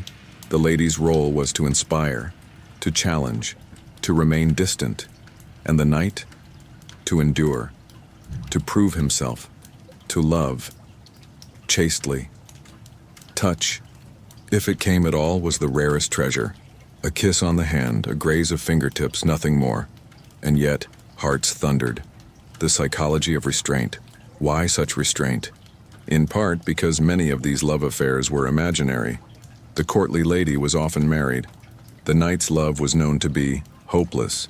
But hopeless love had its appeal. It allowed for grand emotion without risk. It gave space for fantasy without consequence. In a world where marriages were arranged, courtly love offered emotional autonomy. And most important, longing, unlike possession, never ends. It only deepens. The troubadour's serenade now picture a courtyard at dusk. A young poet stands beneath a high window, his lute trembling. He sings, "Your eyes, my lady, are daggers that wound, and yet I thank each cut, each wound renewed." She hears. She does not speak, but she leaves a rose on the windowsill the next morning. This is courtly love, a conversation made of symbols, of silences, of poetry pressed between gestures. Platonic passion, courtly love, was not necessarily romantic in the modern sense. It was theatrical, performed, yet it also allowed people, especially women, a kind of emotional agency. In the Roman de la Rose, love is a garden, full of metaphor and meaning. In Christine de Pizan's City of Ladies, love is a trial of the soul. Women were not only objects of affection, they were the judges of character. To be worthy of love was to be noble in thought, not just form. This reshaped how people imagined intimacy, not as physical possession, but as mutual elevation. Love letters and codes many. Noble courts had their own codes of behavior, often written on the proper way to love. In one such guide, a true lover must wait years for his beloved without complaint. defend her name against any insult, accept her rejection with grace, love only one at a time. Imagine the restraint, the tension, the agony sweetened by meaning. In some cases, lovers wrote letters in code or composed dialogues in verse, acting out an emotional dance that both thrilled and protected them. Love without outcome. Perhaps the strangest part of courtly love is that it was rarely meant to lead anywhere, not to marriage, not to consummation, often not even to confession. It was a feeling suspended in amber, eternal yet untouchable. The goal was not to win the lady. The goal was to feel, to ache beautifully. A gentle tale in the court of Eleanor of Aquitaine, known for its brilliance and bold women, there lived a knight named Raymond. He fell in love with a lady in waiting, Aveline, whose eyes, he said, held the dusk of vineyards. Each tournament, he carried her scarf on his lance. Each feast he refused to dance with others. One day he offered her a ring carved with the letter R. She accepted it, wore it, but said nothing. For 10 years he wrote her poems. She responded only with one word each time. Still, when he died, the ring was found on her neck. They had never touched. The legacy of courtly love, though many mock it today, this exaggerated, impractical romance, courtly love left a deep mark. It elevated women in poetry. It introduced the idea that emotional connection mattered. It shaped how Europe talked about love for centuries. Even Shakespeare echoes it in his sonnets. Even Austen in her early novels. And even now in our messages and songs, the idea of loving someone not because you can have them, but because you can feel them, still hums beneath the surface. Sleepy reflections. So now, dear listener, as you lie still in your own quiet room, think of a night standing alone under moonlight, of a lady pressing a flower between pages, of a poem written but never sent. This was courtly love. No moans, no beds, just the slow burn of waiting. And sometimes, in a world too fast and full, such patience feels like the truest passion of all. In a world ruled by kings, clergy, and knights, there existed another kind of power, quiet, womanly, and woven through generations. It lived not in castles, but in cottages, not in Latin tomes, but in memory, not in ceremony, but in touch. Tonight, we visit the homes of midwives, the keepers of life, the guardians of secrets, and the gentle guides who knew more than they were ever allowed to say. Their hands brought babies into the world, but their knowledge reached further into matters of love, desire, contraception, fertility, and healing. They were both feared and needed, and in their stories we find a different kind of intimacy, one rooted not in romance, but in survival and care. Who were the midwives? Midwives, known as sage femmes in French, Hebammen in German, or simply wise women, served their communities as birth attendants, healers, and advisors. They were often older women, widowed or unmarried, with years of hands-on knowledge. They knew when a labor was progressing too slowly, when a fever meant danger, how to turn a breech baby, how to calm a panicked mother. But their work didn't stop at the edge of the birthing bed. They also counseled women on how to prevent pregnancy, how to stimulate desire, how to recover after loss, how to keep secrets. They were, in many ways, the unsung scholars of the body. Knowledge passed in whispers. This knowledge was rarely written down. It passed from midwife to apprentice, from mother to daughter, from village to village.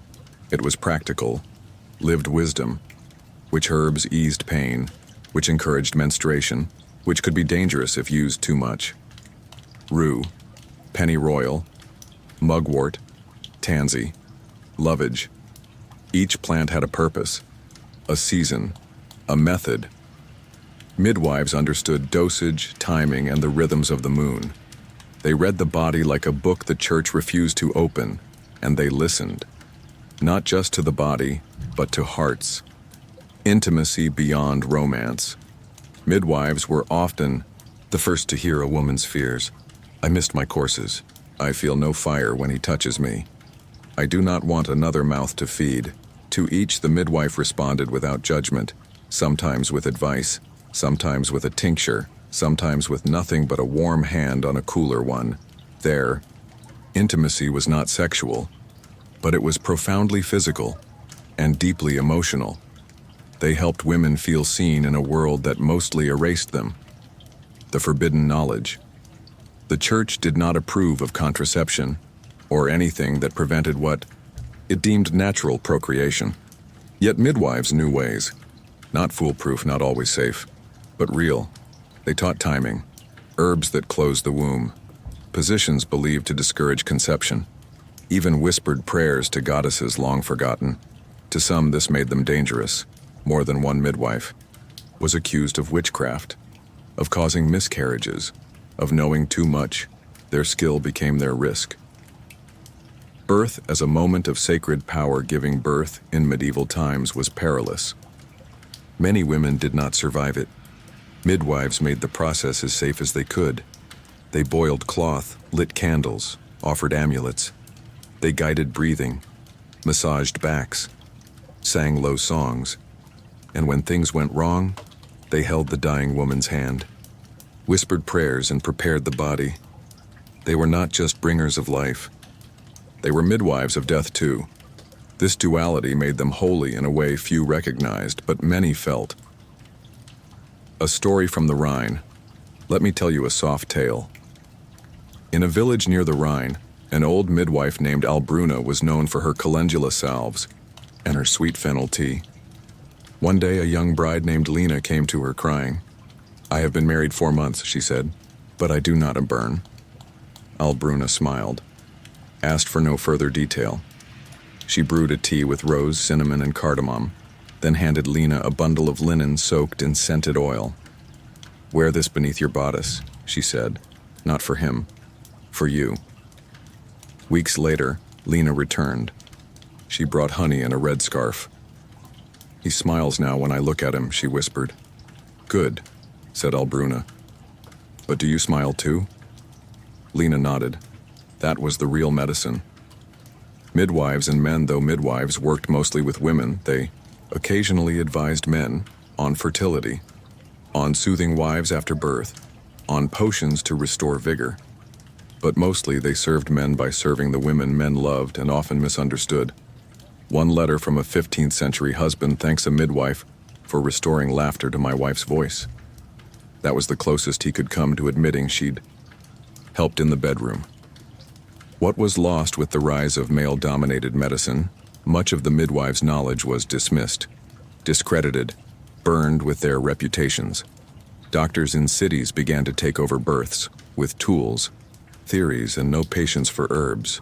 But many women continued to call for the midwife. Not for science, but for safety, for softness, for stories. Even today, echoes of their wisdom remain. In herbal baths, in birthing centers, in whispered traditions passed down in kitchens. The midwife as emotional anchor more than anything. Midwives offered presence. They stayed during storms, held silence when needed, laughed when fear became too tight. They reminded women that their bodies were not shameful, that love was not always gentle, but it could be healed. They asked again and again, "What do you need?" And they listened. 10.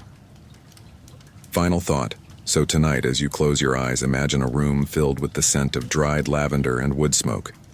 A candle flickers. A soft voice hums. The midwife moves quietly, her basket full of linen and herbs. Her hands are steady, her eyes kind. She carries with her not just skill, but stories, lives, secrets.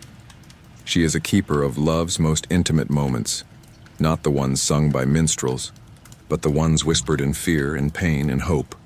And through her care, women remembered. Even in a world that barely saw them, their lives mattered, their hearts mattered, their joy mattered. In a clearing somewhere beyond the last row of tilled fields beneath a sky bruised with dusk, a woman bends to gather herbs. Her hands are stained with sage and soil.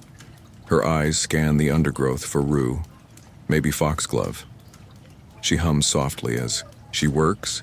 To one passerby, she is a healer, to another, a mother, but to those who fear what they do not understand, she is a witch, and when fear meets desire in the dark, the result is often fire. Tonight we step carefully into the shadowed history of how women's knowledge, bodies, and even simple gestures of intimacy were recast as sorcery, how sexuality, especially when ungoverned, became a thing to be hunted, not because it was dangerous, but because it was powerful. The rise of witchcraft accusations in Europe did not begin with bubbling cauldrons or midnight Sabbaths. It began with whispers, with unease, with the slow suspicion that a woman who lived alone, who knew about herbs, who could help another woman conceive, or not conceive, was unnatural. By the late Middle Ages, this suspicion had teeth. And the fear of female sexual power, especially power exercised outside of church or marriage, became one of the main engines of accusation. Midwives were often the first targets. So were widows, herbalists, women with red hair or sharp tongues, women who refused marriage or who were seen as too beautiful, or not beautiful enough. It didn't take much. A husband's impotence could be blamed on a neighbor's wife. A young man's desire for a village girl might twist, in guilt, into claims that she had bewitched him. A woman who bore children with ease was praised unless she also counseled others. Then she was suspect. Even love potions, once seen as quaint or humorous, became tools of damnation. What once was a charm to spark a kiss could now be interpreted as a hex to control a man's will.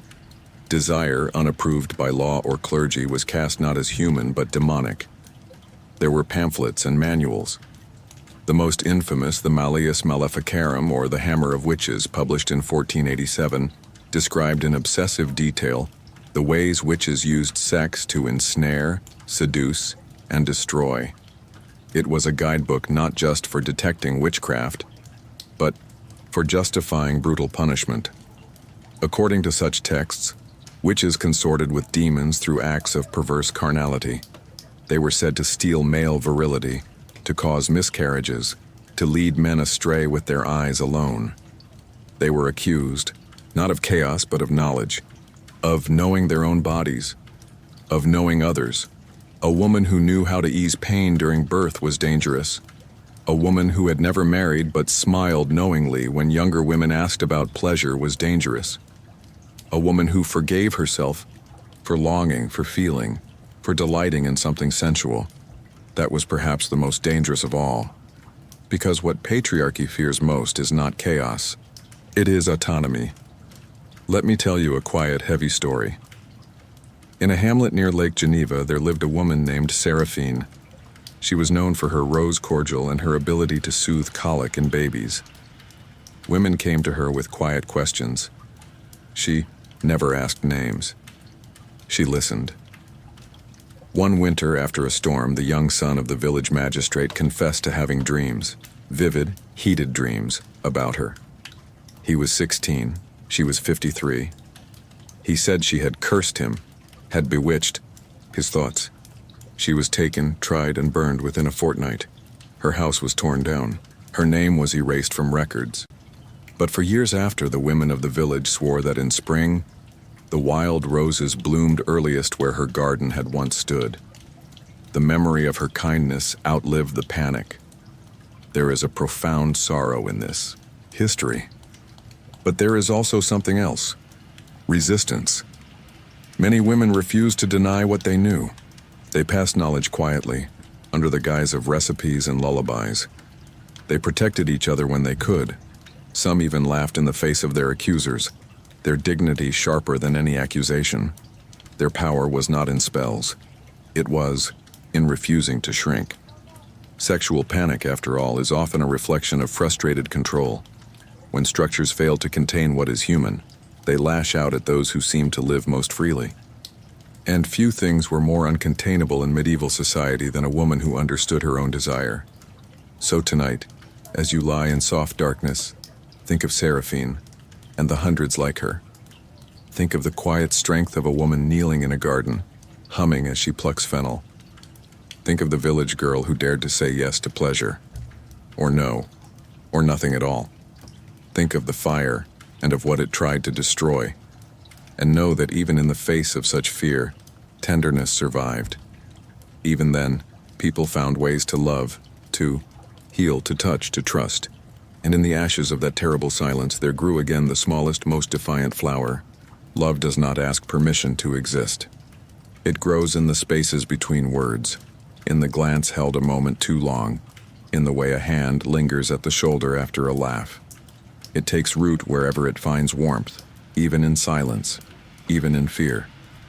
Tonight, we turn gently toward a quieter part of the medieval world, toward the loves that were not named, not recorded, not celebrated in song, but which endured nonetheless. Same-sex love in the Middle Ages was rarely spoken of openly. It lived in whispers, in cloisters, in letters that never said what they meant but meant everything they didn't say. And yet, it was real.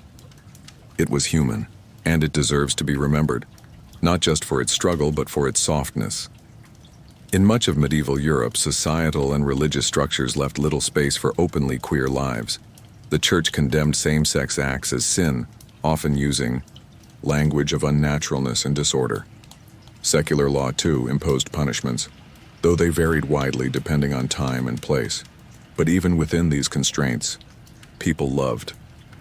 Two women might share a bed, not unusual in households with limited space, but their intertwined fingers beneath the sheets might tell a different story. Two men might serve together in a monastery or as soldiers, their loyalty deepened by a bond that went unspoken. Letters survive, rare but luminous, that hint at these bonds. Phrases like, "I would trade heaven for your nearness," or "Your absence has unmanned me," appear in correspondence between men who otherwise upheld every expectation of public decorum. What the world could not acknowledge, the heart still knew. There is an illuminated manuscript from the early 14th century where a monk has drawn in the margins two men embracing, not lewdly, not as caricature, but with a kind of quiet reverence. The image is small, hidden, but unmistakably tender. Who drew it? For whom? We may never know. But the drawing exists. And that, in itself, is a kind of testimony. Among women, same-sex intimacy could be cloaked under the language of spiritual sisterhood or companionship. In convents especially, bonds ran deep. There are accounts of particular friendships between nuns, relationships marked by constant letter writing, gift exchanges, and intense emotional intimacy. One 15th century abbess wrote to her closest companion, "Your soul and mind share a window through which only we may see." That sentence has no doctrine, no dogma, only devotion. We cannot say with certainty the nature of these relationships, but perhaps we don't need to. What matters is that love lived there. Let me share a small, soft story. In a northern village nestled between hills and fog, lived two bakers, both men, both unmarried, both quiet. They shared a cottage behind them, or bread shop. No one asked why. The bread was good. The shop was warm. On market days, one kneaded while the other sang softly, old songs, half remembered. At midsummer, they placed violets on each other's pillow. No one saw, no one spoke. But a child once peeked into the window and said, "The bakers smile more than the rest." When they passed, one a year after the other, their neighbors planted a row of lilacs behind the shop. No marker, just blooms. Sometimes, the gentlest love leaves the strongest roots. In monasteries where men lived apart from the world, same-sex closeness could flourish, not always sexually, but emotionally, intellectually, spiritually. These relationships offered something sacred, a mirror, a brotherhood deeper than blood. Monks wrote to each other in verse, copied psalms for one another by hand. When one died, the other might keep a lock of hair, might whisper prayers long into the night, asking not for forgiveness, but for one more glimpse in dream. There's a surviving letter from an English monk to another dated roughly 1260. He writes, "I do not sin to say I love you, for it is in loving you that I remember what it means to be made in his image." Perhaps that was the only way he could express it. Perhaps he didn't need to say more. In female spaces, the language of touch was more permissible. Two women could embrace, kiss cheeks, braid each other's hair, acts that to the outside world carried no threat. But between them, those gestures might be the very language of love. In the Icelandic sagas, there are fragments of poems that speak of a woman's laughter beside me in the long dark, and her breath warming my winter skin. Sparse, but filled with longing, and in folk traditions across Europe there were whispers, songs sung low about girls who ran into the woods together and never came back. Maybe they were stories, maybe they were truths too gentle to survive the ink of official record, but the fact that these stories were told at all, that matters, because the greatest erasure is not forgetting. It's pretending something never was. Tonight, we remember. We remember that intimacy wears many faces, that love does not require approval to exist, that even in the harshest winters of judgment, people found each other. Same-sex love in the Middle Ages may have been quiet, but it was not invisible. It lived in secret gardens, in shared loaves, in stifled poems, in hands brushing as robes were folded. It lived in the long wait at the monastery gates, in the shared towel in the convent bath, in the night walks beneath stars too far away to tell. And now, as you curl into your own quiet, know that you are part of that long, soft lineage, that somewhere centuries ago two people dared to care, to hope, to feel, and that feeling echoes still. There's something strangely still about a town square just before a sentence is carried out. No swords drawn, no fire, just a pair of wooden stocks under the pale sky, and a crowd that has gathered, not to witness violence, but to witness humiliation. Tonight we step quietly into the world of medieval punishment, not for crimes of theft or treason, but for sins of the flesh, for love turned improper, for desire caught outside its permitted walls. This is not a tale of torture. It is a tale of shame, because in the Middle Ages, public embarrassment was often more feared than pain. The stocks, wooden frames with holes for the legs or arms, stood in the center of many towns and villages. They were not designed to injure, but to expose, to display a person as an object lesson, and often the offenses involved were not violent crimes but breaches of sexual morality. Unmarried couples caught in the act, adulterers, those accused of lewd behavior, indecency, or scandalous conduct. The punishment might last hours, sometimes a full day. Passers-by were encouraged to mock, to jeer, to throw rotten fruit or worse. Children laughed, elders shook their heads, and the offender was left to stew, red-faced and aching in the open. But this wasn't just about punishment, it was about performance. Because in medieval communities, shame was a tool, a way to keep order not through force, but through fear of judgment. There are records of women punished for dancing inappropriately at village feasts, of men who were placed in the stocks for saying crude jokes too loudly at church picnics, of couples who kissed behind barns and were made to scrub the chapel floor in silence. Shame was calibrated, meted out not just by law but by the mood of the town. Let me tell you a small story. In a town near Toulouse around 1427, a young man named Pierre was discovered sneaking into the bedchamber of a merchant's daughter. The daughter claimed he brought her poetry. The father claimed he brought dishonor. Pierre was sentenced to 2 days in the stocks, shirtless, barefoot, with a sign hung around his neck that read, "I confused poetry with passion." He returned to his bakery quiet but unbroken. A week later, the merchant's daughter began buying bread from him again. Sometimes, shame fades faster than desire. In some regions, punishment came with ritual. An unfaithful wife might be paraded through town with her head shaved, wearing only a shift. A man found guilty of lewdness might have to kneel before the church door holding a candle as big as his arm. There were even shame masks, metal contraptions shaped like animals, meant to mock in silence. One shaped like a pig for licentious women, one like a donkey for lustful fools. They were absurd, they were cruel, and they revealed how deeply medieval society feared the body's power when ungoverned. Yet not all punishments were official. Sometimes shame was informal.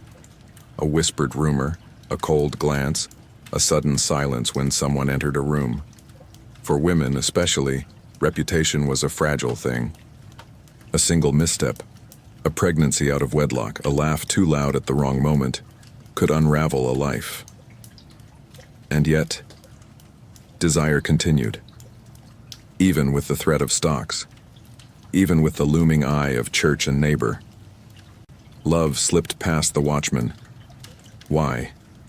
Because people learned to hide, to use symbols, to wait for the feast day when anonymity flowed with the ale, to meet in barns and woods and shadows. There's a story from Yorkshire of two lovers who, fearing punishment, met only during thunderstorms. The noise of the storm covered their footsteps.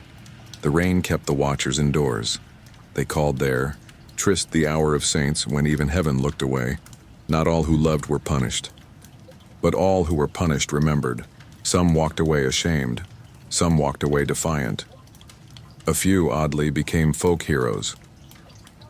In a small village in Bavaria, a woman named Liesel was put in the stocks for indecent songs. She sang louder. People gathered not to mock but to hum along. The priest ordered more punishment, but by then Liesel was a legend. She opened a tavern the next year, named it the Singing Stocks. Shame, she discovered, is sometimes a stage. Still, the system persisted. Because shame worked. It controlled not just behavior, but imagination. If the body is taught to fear the gaze of others, it begins to fear itself. That was the goal. To make desire not just dangerous, but deeply uncomfortable. And yet, humans are stubborn. They blush. They burn. They sneak out anyway. So tonight, as you lie still, picture the quiet after a crowd disperses. The stock's empty, the square wet from rain. A figure slips out of shadow and offers a cloak, or a word, or a smile. Punishment, in its time, may wound the pride, but it cannot erase the heart, and sometimes the ones who bear shame with quiet grace are the ones who know love best. It is early morning in a stone courtyard. A knight stands beside his horse, armor glinting pale in the dawn light.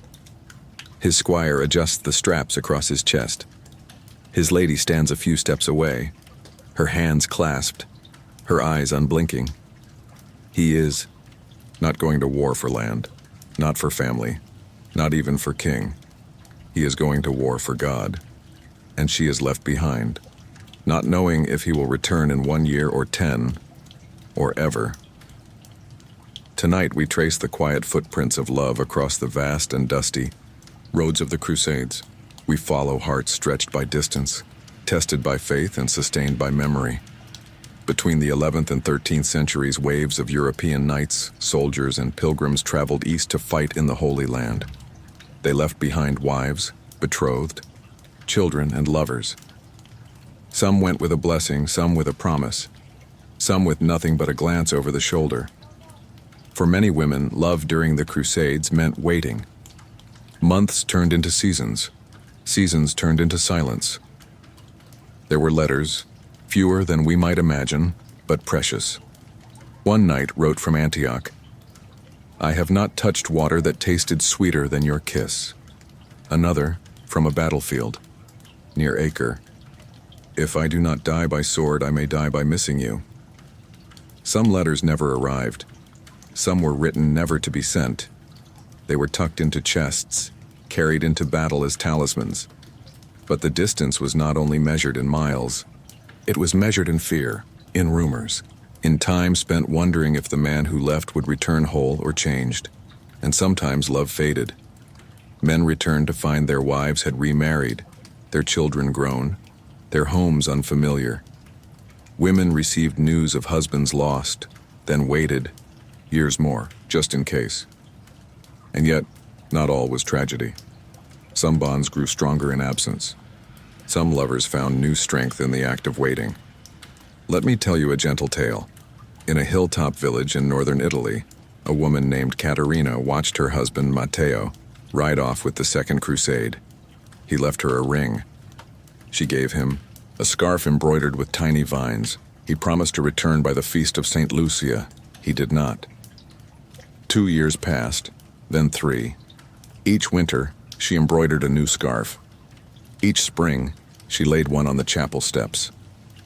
"So the saints will remember," she said. In the 7th year, on the eve of St. Lucia's day, a man entered the village square. His beard was longer, his gait slower, but in his hands he held 6 scarves. She gave him the 7th. He gave her the ring.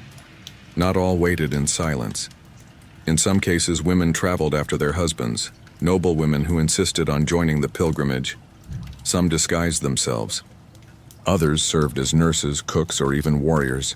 There is record of a woman named Sibylla who fought alongside her husband under the banner of the Hospitallers. They died together at Hattin, and though their names are only half remembered, their tomb bore the inscription, "They did not part." But for those who stayed behind, intimacy had to become spiritual. A kiss blown toward the moon, a prayer whispered at dusk, a candle lit each night in the window. The physical space once filled by a lover was replaced by ritual, by memory, and by stories told to children too young to remember their father's face. Desire in these long absences became quieter, not gone, but transfigured. In the hush of sewing, in the chime of distant bells, and sometimes in the arms of another, for while some waited, others reached out. A widow might remarry. A wife, lonely beyond measure, might find comfort in a neighbor's arms, not out of betrayal, but out of need.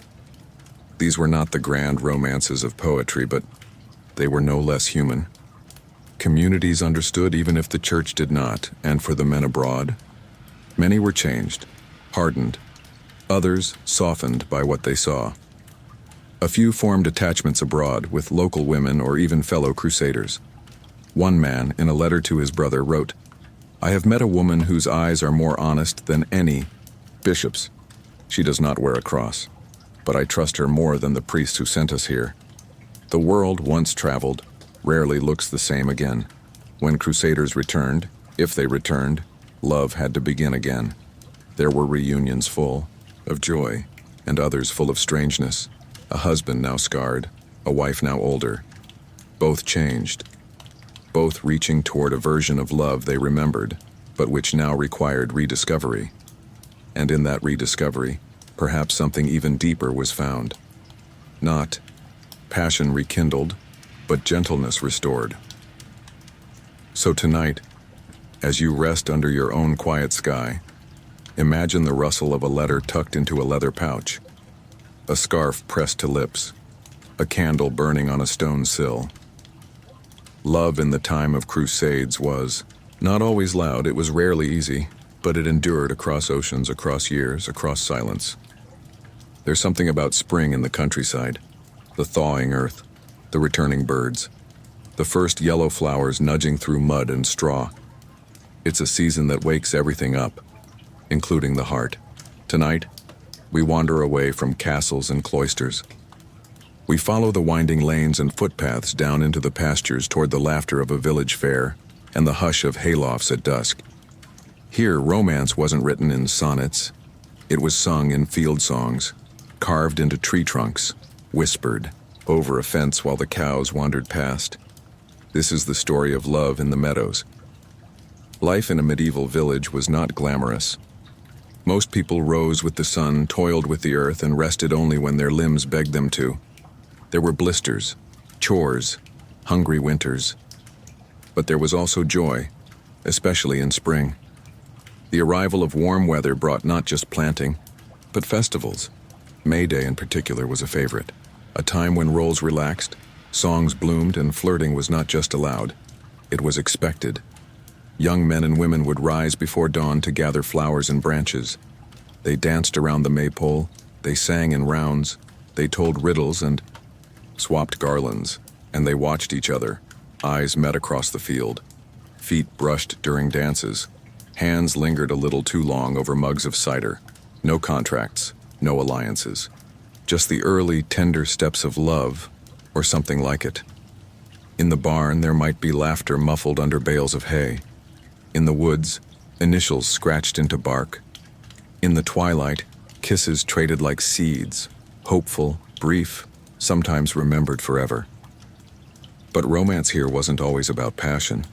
It was about rhythm, two people hoeing side by side, sharing bread during a break, walking home with baskets swinging between them.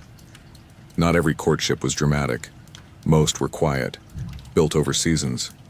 Sometimes love grew like the crops, patiently, persistently, and unnoticed until it stood strong. Let me tell you a soft little story. In a village near the Black Forest, there lived a girl named Margit, who baked honeyed rye bread with her grandmother. She had strong arms and a laugh that startled crows from rooftops. Each spring, a boy named Lucas would offer to fix her fence, or carry her firewood, or fetch more yeast from town. Even if it wasn't needed, she knew. Of course she knew. One day after he brought her a bundle of wild garlic in case you run out, she handed him a loaf still warm from the oven. He looked puzzled. "There's a clove inside," she said. "If you find it, you have to marry me." She smiled. He blushed so hard his ears went pink. They were married 2 springs later, and every loaf after, she made sure the clove was there, even if only he would find it. Flirtation in the countryside was often playful. Girls teased boys who spilled milk or tripped on stones. Boys carved hearts into apple cores and left them near wells. Folk songs carried double meanings, innocent on the surface, suggestive underneath. One popular May song went, "Will you walk to meadow's edge with me, where lambs are soft and tongues are free?" No one said what it meant. No one had to. In the evenings, when work was done and the air was warm, couples walked together. Not far, never far, just to the edge of the fields, just to where voices could become whispers without anyone hearing. They shared stories, dreams, sometimes nothing at all. And if a kiss was stolen beneath the hawthorn tree, well, that was between them and the tree. Yet rural romance wasn't always light. Sometimes hearts broke. A promise forgotten after a harvest. A smile that faded when winter returned. A child born out of wedlock and questions that were never answered. But the village remembered softly. Neighbors might judge, but often they helped. A midwife offered extra broth. A widow whispered, "I once loved in spring too." The land saw everything and judged nothing. Love among villagers was shaped by necessity as much as longing. People didn't court with jewels or letters, but with firewood, help during illness, and extra egg left on the doorstep. Romance wasn't separate from life. It was life, entwined with every season. By autumn, couples walked together with baskets full of onions and pears. By winter, they huddled closer near the fire. And when spring returned, so did the dances, the songs, the glances. So tonight, as your room grows still and the wind outside shifts just a little toward warmth, imagine the soft creak of wooden carts, the smell of tilled soil, the laughter of 2 voices just behind the orchard wall. Romance doesn't always need violins or vows. Sometimes it needs only May blossoms in a hair braid, and someone who remembers where the clove was hidden. The monastery is quiet. Stone corridors echo only the shuffle of sandaled feet. Incense hangs in the air like a memory. Pages turn in candlelit rooms, and outside the wind hums softly through the cloister's arches. It is a place designed to contain the spirit, to shield the soul from the world's temptations, to quiet the body until the only voice heard is God's. And yet, the heart beats. Tonight we walk slowly through these sacred walls, not to break silence, but to understand the longings that lived inside it. Because even in monasteries, desire existed, not in defiance, but in humanity. Monastic life in the Idawar Middle Ages was governed by discipline, chastity, poverty, obedience. Monks and nuns were meant to turn their thoughts inward or upward. They slept in shared dormitories or narrow cells. They prayed at set hours. They bathed rarely. Their meals were modest. Their contact with the outside world was carefully limited, and yet they were not immune to longing. The vows they took did not erase memory. or dreams, or the warm ache that sometimes rose unbidden in the dark. Desire didn't disappear in the cloister. It transformed. For many, it became spiritual. Love redirected toward Christ, toward Mary, toward saints. Mystics wrote of divine union with a language so rich, so sensual, that it often seemed to blur the line between prayer and passion. Saint Teresa of Avila, centuries later, would write of an angel who pierced her heart with love so deep, she moaned aloud. Earlier still, Saint Bernard's sermons on the Song of Songs were drenched in yearning. This wasn't scandal. It was a sublimation, earthly desire alchemized into sacred longing, but not all managed that transformation. In the quiet of the monastery, emotions had nowhere to hide. Affections could form between monks, between nuns, gentle glances across a library table, a shared blanket on a cold night, a long walk in the garden where words stumbled out like petals. Most such attachments were innocent, deeply emotional. Some grew into what were called particular friendships, acknowledged, even tolerated, so long as they didn't disrupt order. But others became more complicated. There are letters, hidden in archives, written by monks to one another with trembling honesty. One, written in Latin, reads, "Your absence is a fast my heart does not know how to keep." And another, "You say we are only brothers, but I have never watched a brother breathe in his sleep." Not all these relationships crossed the line into forbidden territory, but some did. And when discovered, they were met with punishment, transfer, penance, silence. Among nuns, the bonds were often more physical in their expression, though not always erotic. They combed each other's hair, held hands during psalms, whispered prayers on each other's behalf.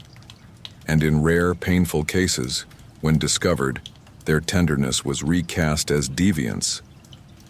But what the church called transgression, they may have called comfort, because life in a cloister, while holy, could be lonely, especially for those who entered not by calling but by custom or command.